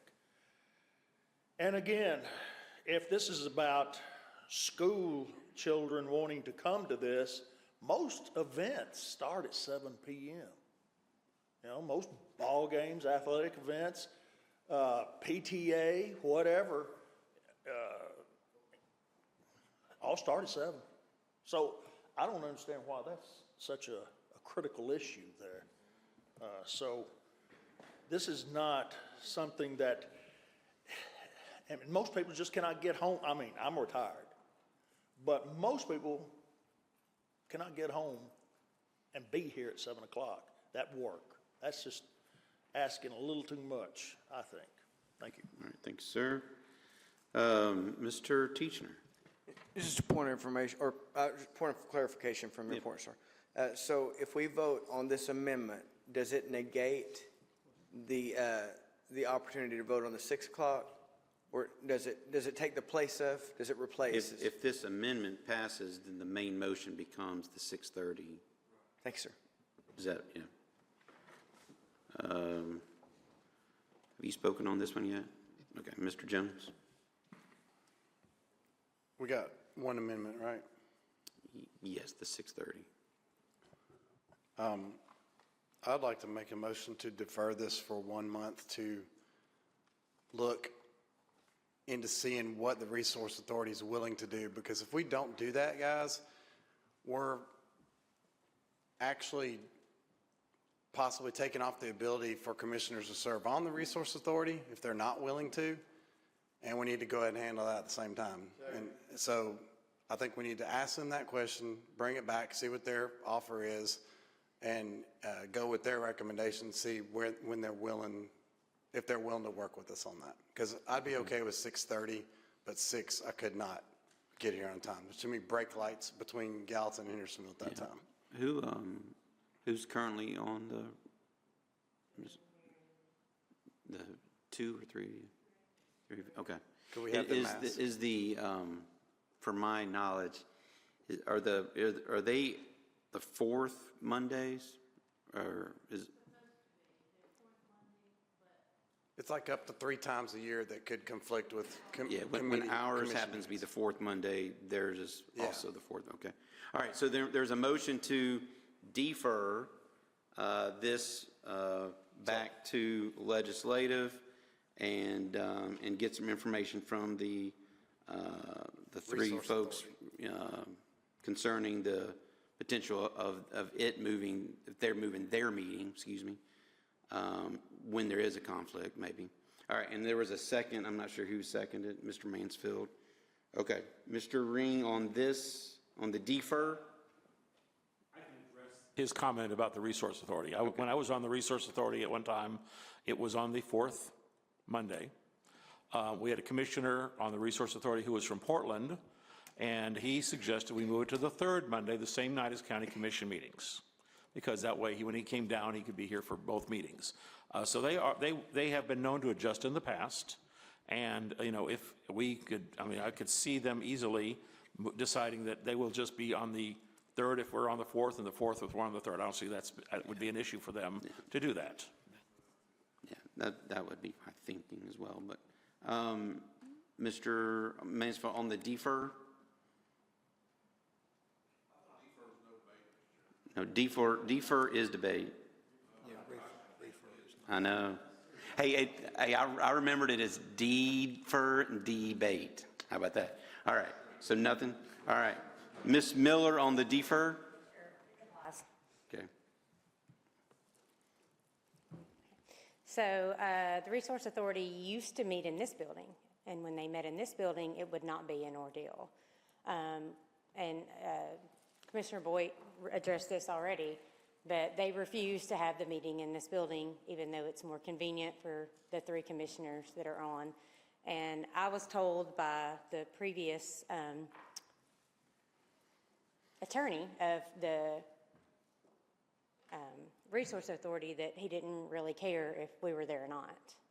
So he's no longer there, but I really don't think that they're going to move it back here. I don't know that they're going to be flexible. I say I am going to support this. But my question is, for the people that don't show up and the people that leave early anyways, what's the difference in 6:30 and 7? Thank you. All right. Teacher on the defer? Yes, sir. I just was going to make the suggestion, and she pretty much said it, so I'm going to say one sentence. I just think that we maybe should just request, even if they don't, just request that they move it back here on that night so that it makes more sense altogether. And I mean, that's just a suggestion. It's not an amendment to vote on. Just want you to know. Yeah. All right. So there's a motion to defer this back to legislative, given time to ask the Resource Authority. Do y'all, when's your next meeting? Was it tonight? 4th Monday, February. Oh, that's, yeah. I was thinking this is January still. Okay, but it would have been the same night. Hold on one second. Ms. Miller? One other thing, the room that we have the meetings in over at the Resource Authority is absolutely tiny. You can't fit, but yeah, you can't, people have to stand out in the hallway if they want to come to an open meeting and observe. So there's a lot more room here. That was kind of one of our, points, like, hey, like, the citizens can come, this is more transparent. But that room is so tiny, if you take more than one citizen come into an open meeting, then they have to stand out in the hall. So that would be another reason for them to. How many members are there on the Resource Authority? 7. Okay, so there. Okay, Mr. Jones. I was going to offer a possible rewording of that to maybe help. Okay, yeah, go ahead. Is your amendment? To defer it until after the next Resource Authority meeting in which they take up this topic and suggest a solution. That way we'll get a definite answer in legislative of what time we could move it to, or if we can move it or not, if they're willing to do it. Because if I say a month and a month runs out and they hadn't done it, we're going to be in the same place. So that's why. Would that be better? Mr. It depends on it. Honestly, to me, it depends on if they decide to take it up, Well, and if they don't, that says a lot. That's bad, yeah, right? Well, I don't disagree. Mr. Chairman, as a point of information, I mean, if we defer it, legislative meets next week, but we won't be able to do anything with the February meeting anyway. It would be March before we were able to do anything. So we can reward it if we want to, but I think this deferring would take care of it for at least February and March. Okay. So restate your defer one more time. Defer it until after the next Resource Authority meeting to give them time to put it on their agenda and offer a suggestion to legislative. Okay. All right. So was the second okay with that? Okay. All right. So that's the vote we're about to take.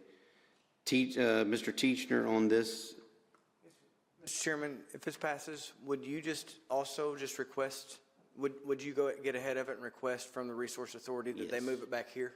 I will, yes. Thank you, sir. Yeah, no need to make a motion on that. Ms. Janung, on this? Just to let you all know, the reason they want to keep it over there, and I know there's a lot of discussion about the fact that they don't want to come over here. They're doing big projects over there, and when we're over there, when it's light out, we can see, and they want us to be able to see the progress. Because we're talking about the things that are going on at the Resource Authority. It's not, I don't think it's that they don't, I know we've had some bad, when we first got on there was a lot of bad karma, I guess is a good word. And I think all of that has resolved itself. We have new people on there. We've got people that are reasonable sometimes. But again, they're not going to move. I'm going to tell you right now. They're not going to move that meeting over here unless you, I don't know. They're not going to do it because you have. They may, if I may interrupt, they may potentially move the night or move the time or whatnot, potentially. But The problem is you've got the mayor of Hendersonville on there, 3 commissioners. I'll tell you who's on there. You have the mayor of Hendersonville, 3 commissioners, the attorney that lives in Hendersonville. You have a representative from Hendersonville. You have the director, the assistant, and there's one, and the engineer for the plant. So all those. Got 2 from Gallup. And 2, that sounds yeah, 2 more from than Gallatin. 7. So the problem, you're asking these people, and I'm just being a devil's advocate here, you're asking them to change their itinerary because you want your meetings to be at an earlier time. That's kind of selfish. You know, I'd be like them coming over here and saying, hey, we don't like what time you're having your meetings. You need to meet at 9, and we're going to meet at 7. You know, that's not right. I just think, I don't get it. I understand people want this 6 o'clock gig. When I got voted in, I knew it was at 7. I knew I had a responsibility. I come, I'm tired, I work full time. I go to work every day, and a lot of times can't even hold my head up. But to say that you are tired and you're tired of staying up late, I'm sorry. I know some of you have pulled long nighters. Yeah, I see what you do. But let me tell you, asking a body to move their meeting or to change their time because you all don't want to come to work, no, as a manager, right. I would give you a disciplinary action. Point taken. All right, Ms. Yes, sir. Ms. Boyd.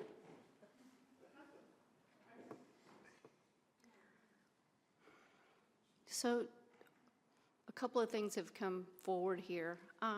Transparency would be great from the Resource Authority. If they were over here, I'd love to see their meetings before this.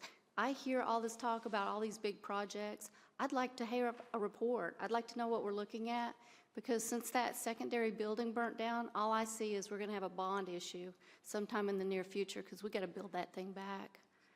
And I'd like to know that. I'd like to know what that looks like long term and how quick it's coming at us. I'd like to know how much over budget we are on the current build. Okay, I'd like to know these things. keep to the. So if it was over here, deferral. that would be great. I didn't say I was tired of being here at night. I didn't insinuate that on anyone. I just thought we could all think clearer at 10 o'clock versus 11 o'clock. Appreciate it. Mr. Mansfield, on this deferral? I'm going to revise my amendment. Well, that might. Well, right now, I'll wait if this fails. okay.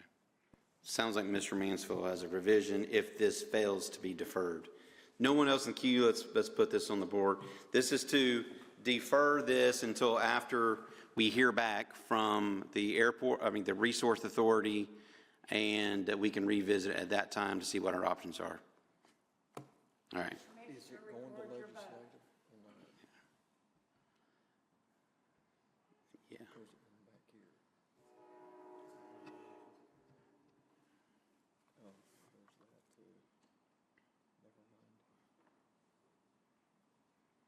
Okay, that fails.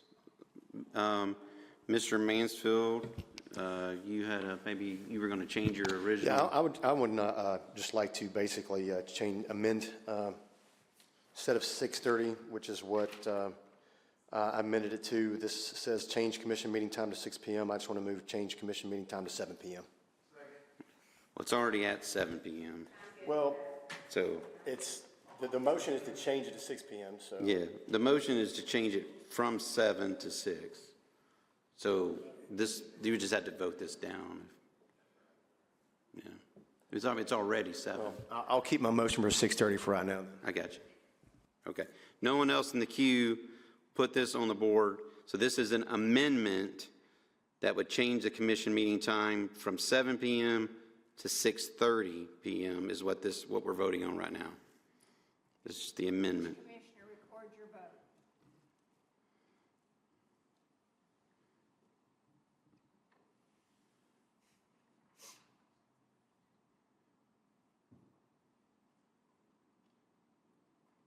Okay. That amendment fails. So right now we're on the main motion to change it from 7 p.m. to 6 p.m. If you vote against it, it stays at 7 p.m. Mr. Mansfield's in the queue. I want to amend this to change the time to 6:45 p.m. Okay. There's a motion and a second for 6:45. Mr. Teacher, on this amendment? Yes, Mr. Chairman, I was going to see if there's a way that we could link this to term limits. All right. Let's put this on the board. This is 6:45.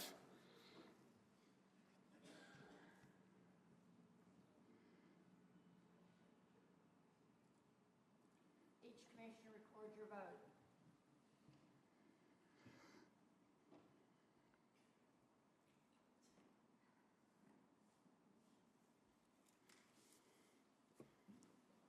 All right. That fails. Mr. Ring.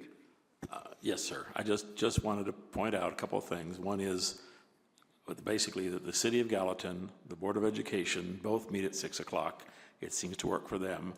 Williamson County Commission meets at 6 o'clock. It seems to work for them. So, and if it wouldn't work for them, I don't see why it can't work for us. Thank you. Appreciate it. Mr. Sullivan. Mr. Chair, if we all came and did the people's business and not tried to change each other's mind all night, we could get out of here at a decent time. But for the last 3 years, it's the same 4 or 5 every meeting. Every meeting. That's why we're having this discussion. So if the school board can do it at 6 and other committees, cities can do it at 6, we should be able to do it at 6. And I'll echo what Commissioner Boyd said. We shouldn't be discussing multi-million-dollar amendments and resolutions at 11 or 12 o'clock. And that's exactly what we do, because the same people every month showboat. Yeah, period. Come on. I got it. All right. Let's put this on the board. This main motion to move the meeting time from 7 p.m. to 6 p.m.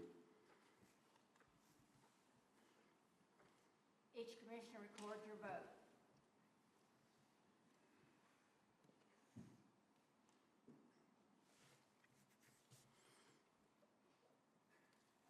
Okay. So that fails to pass with 12 votes. Sure, we'll see that next month. Mr. Harrison, any? All right. Ms. Boyd, Budget Committee items. Yes. Okay, there's a motion to group and approve items 1, 2, and 3, and a second.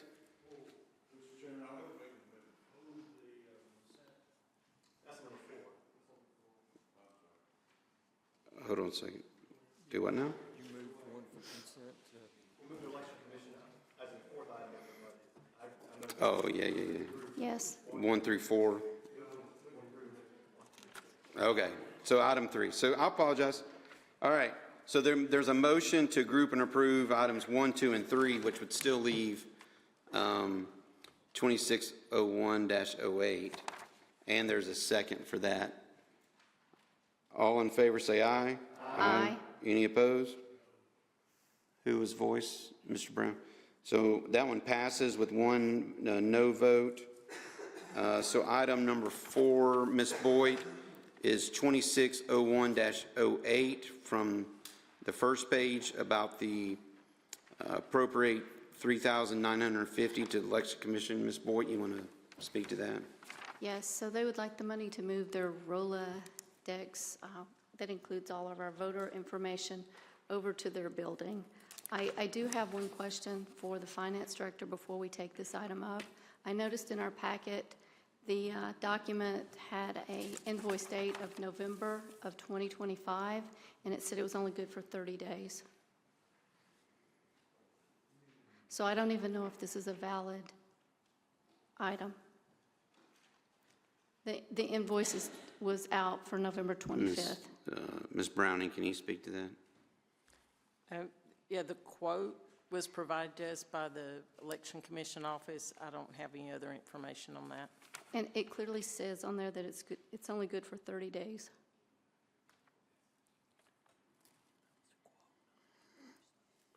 I'm sorry, I just saw it tonight.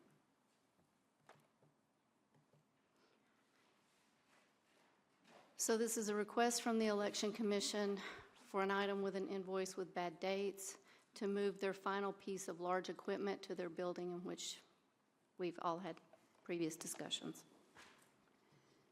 I would like to ask, does anyone know, Ms. Browning or Mr. Mayor, have they already made this move? Mr. Mayor, do you know, or Ms. Browning? Don't know. Okay. All right. So, was Ms. Boyd, did you make a motion to approve this? No, I did not. Okay, didn't. Is there anybody who would like to make a motion to approve this? Okay, so there's a motion by Mr. Harrison, a second by Mr. Ring for approval. Mr. Brown is the first in the queue.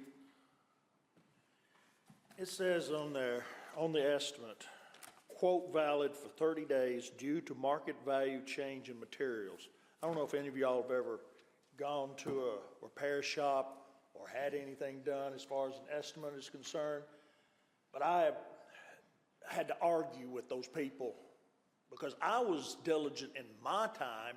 They took their time in putting the parts on the vehicle or something like that, and it went up another $200 because they said that the prices went up. We don't know what the price is. This is already 2.5 months out of date. By the time this gets done, it's going to be 3 months out of date. What are we going to appropriate here? We don't know. Thank you. Appreciate that. Mr. Mansfield. I know this did not pass unanimously out of budget. There were several no votes, and I appreciate those no votes. But I have to point out some things that this election commission and its administrator have a documented record of one, an illegal relocation and occupation of county property, execution of contracts without county commission approval, violations of the Tennessee Open Meetings Act, false and misleading statements of the county commission, and malicious litigation against the legislative body. And at every stage, accountability has been avoided by this election commission and this administrative elections. The authority has been ignored. The law has been bent or bypassed. This commission has acted within our statutory authority of saying where we can put elected officials in office, and the courts even acknowledge that fact, yet the law remains unenforced. It's disappointing that the Election Commission continues to occupy a building that they have never been authorized to use. The county mayor continues to confuse custody with control, and the court has acknowledged the law, but restrained its lawful enforcement by egregiously legislating from the bench in this case. And so this is just the craziest case of just talk about not following the law and being just rebellious. And I just understand why we keep rewarding bad behavior in this county. And that's exactly what we're doing with this rogue election commission and this rogue election administrator. I'm not voting for a dime for anything for being moved from that building. I've had constituents calling me complaining that all of a sudden they can't come here to this building to register to vote and get access to things. They can't even use the bathroom over there at that building. They're to tell them they got to go to a porta potty. It's ridiculous what this election commission is. It's like a circus. It really is over there.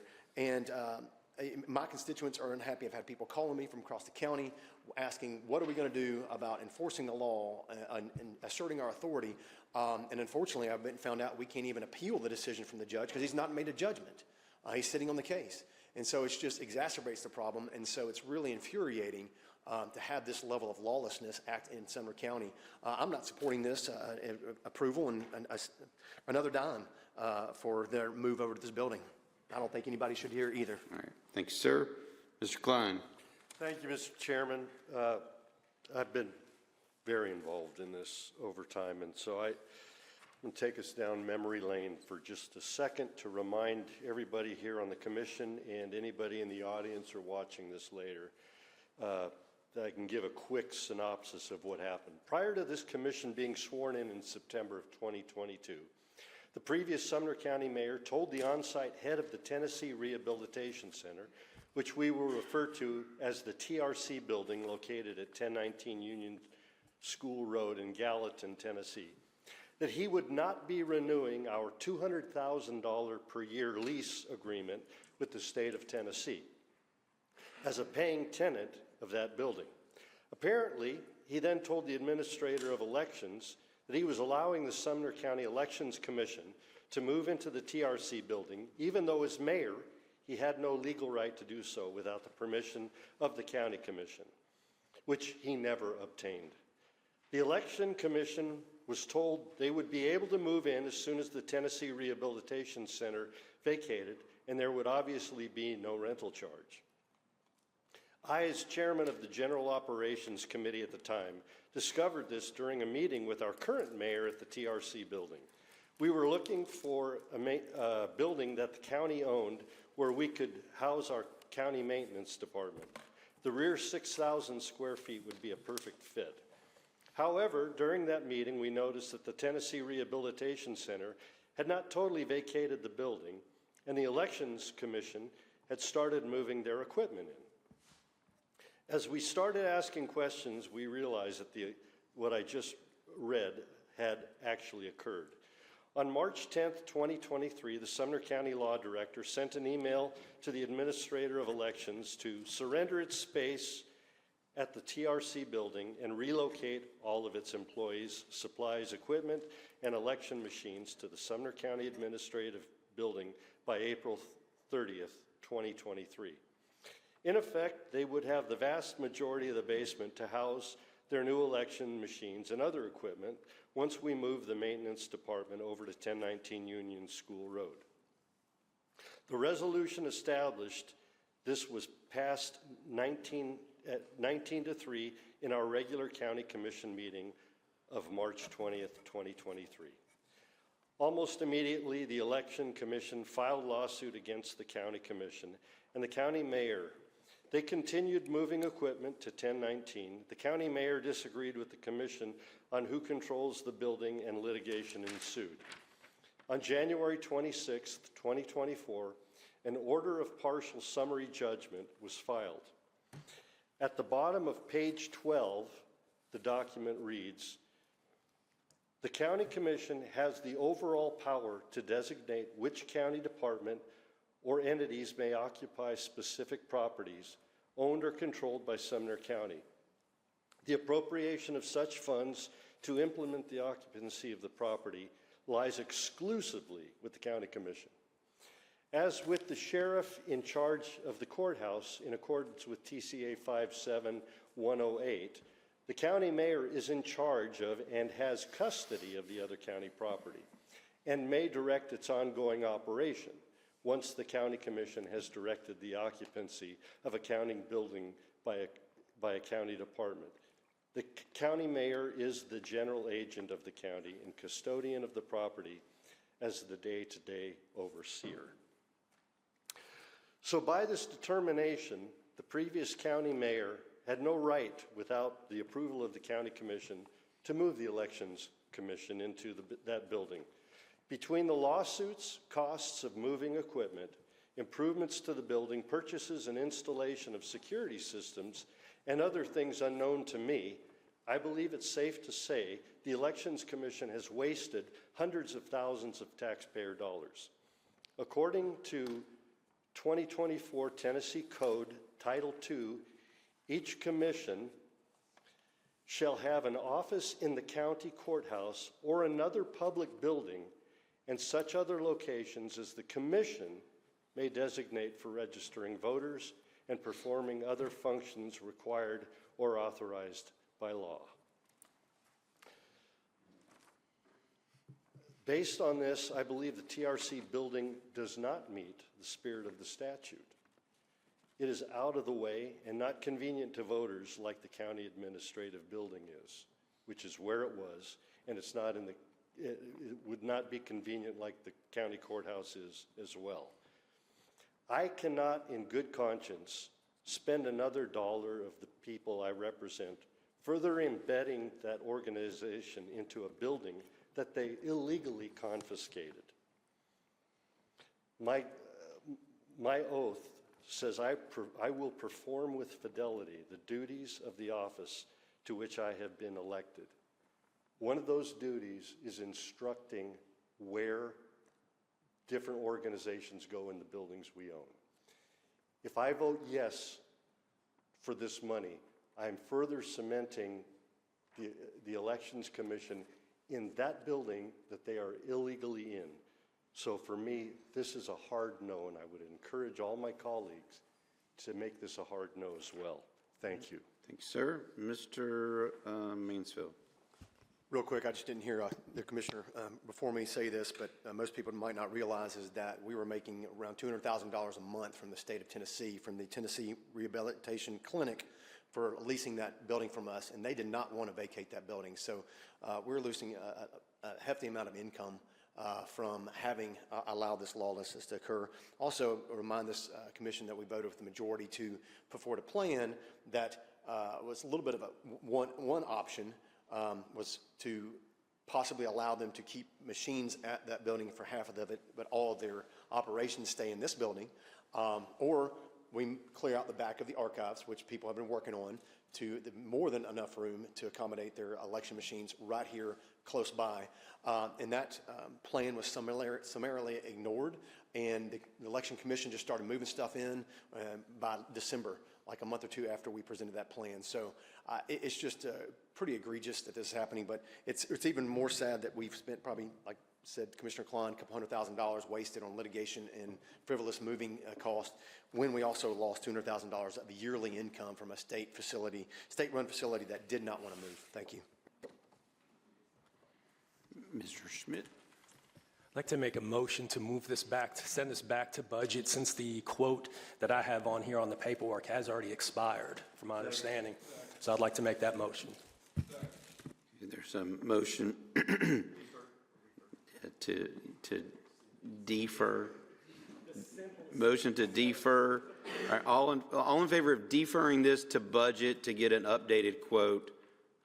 There's a motion and a second. All those in favor say aye. Aye. Any opposed?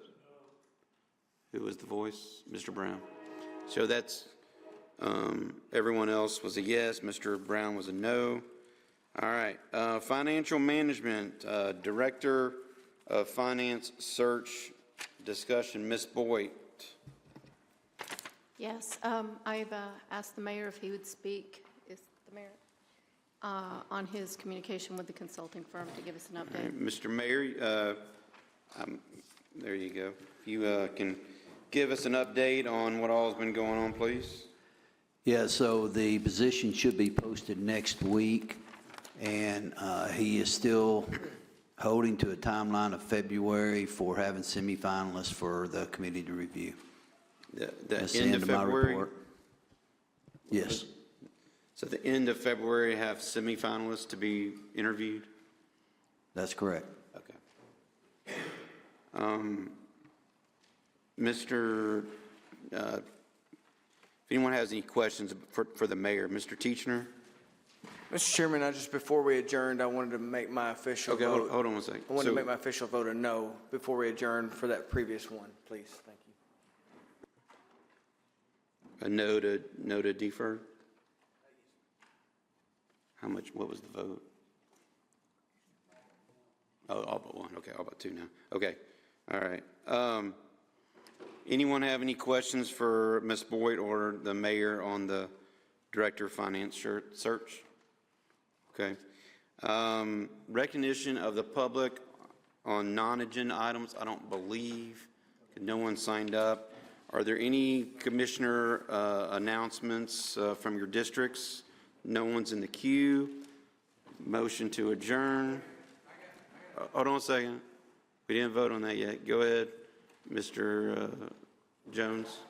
Yeah, I just wanted to have a clarification. I know it was already voted on, so we can't do anything about it, but I was also speaking with one of our Sumner County delegation about the. Well, real quick, this is for announcements from districts and so forth. Yeah, so if you got just an announcement that I want to make, just for point of to let people know about something that just happened. And it's going to take a lot less time Go than ahead. to talk about an event.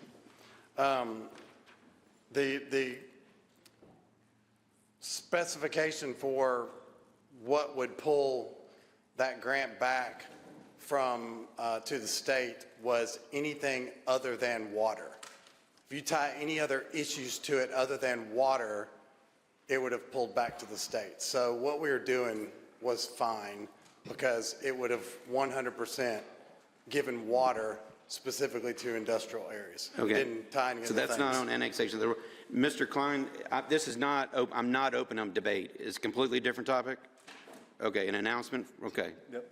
Yeah, I just wanted to announce during that discussion that there were some numbers thrown out about what permits had been pulled in Portland and what permits had been pulled in the county. And I just want everybody to know that the county is a much, much bigger area than Portland and its urban growth boundary. Okay. Number one. Thank you. Mr. Teacher, you have an announcement? I'm going to cut you off if it's not an announcement. Announcement. I just wanted to make a statement that we are still having trouble with NES, and I'm just worried about some citizens that have been without. And one citizen in particular was told that they may not even get it until after the 8th. And so if anybody has any pull with NES, I'd appreciate it for those citizens that are struggling, because, I mean, it's a big deal, and some of them are paying out of pocket for places. And so just please, if anybody knows anything or anybody we can reach out to, let me know. I'm just making an appeal for that because I just don't want them to go through it. I mean, just out of Thanks, that, sir. so please. No, we're not re-debating earlier. This is an informative. If it's about your district, okay. Mr. I Mansfield. kind of want to piggyback on that on the NES issue. Just, I appreciate it. I don't know if the county mayor is going to be meeting with NES from the EMA director, but I do have a lot of constituents in the unincorporated Shackle Island, Goodlettsville, Millersville area who don't have city representation. I've been working with city leaders in Goodlettsville. They've done a great job and getting contacts, but I do have a lot of citizens struggling with 9 days without power. And some guy, I mean, they're blowing up my phone tonight right now. I'm trying to help them with NES. So any help that can be appreciated for the unincorporated areas, for residents without power who don't have city representation, be very helpful because. Thank you. Thanks. All right, motion adjourned.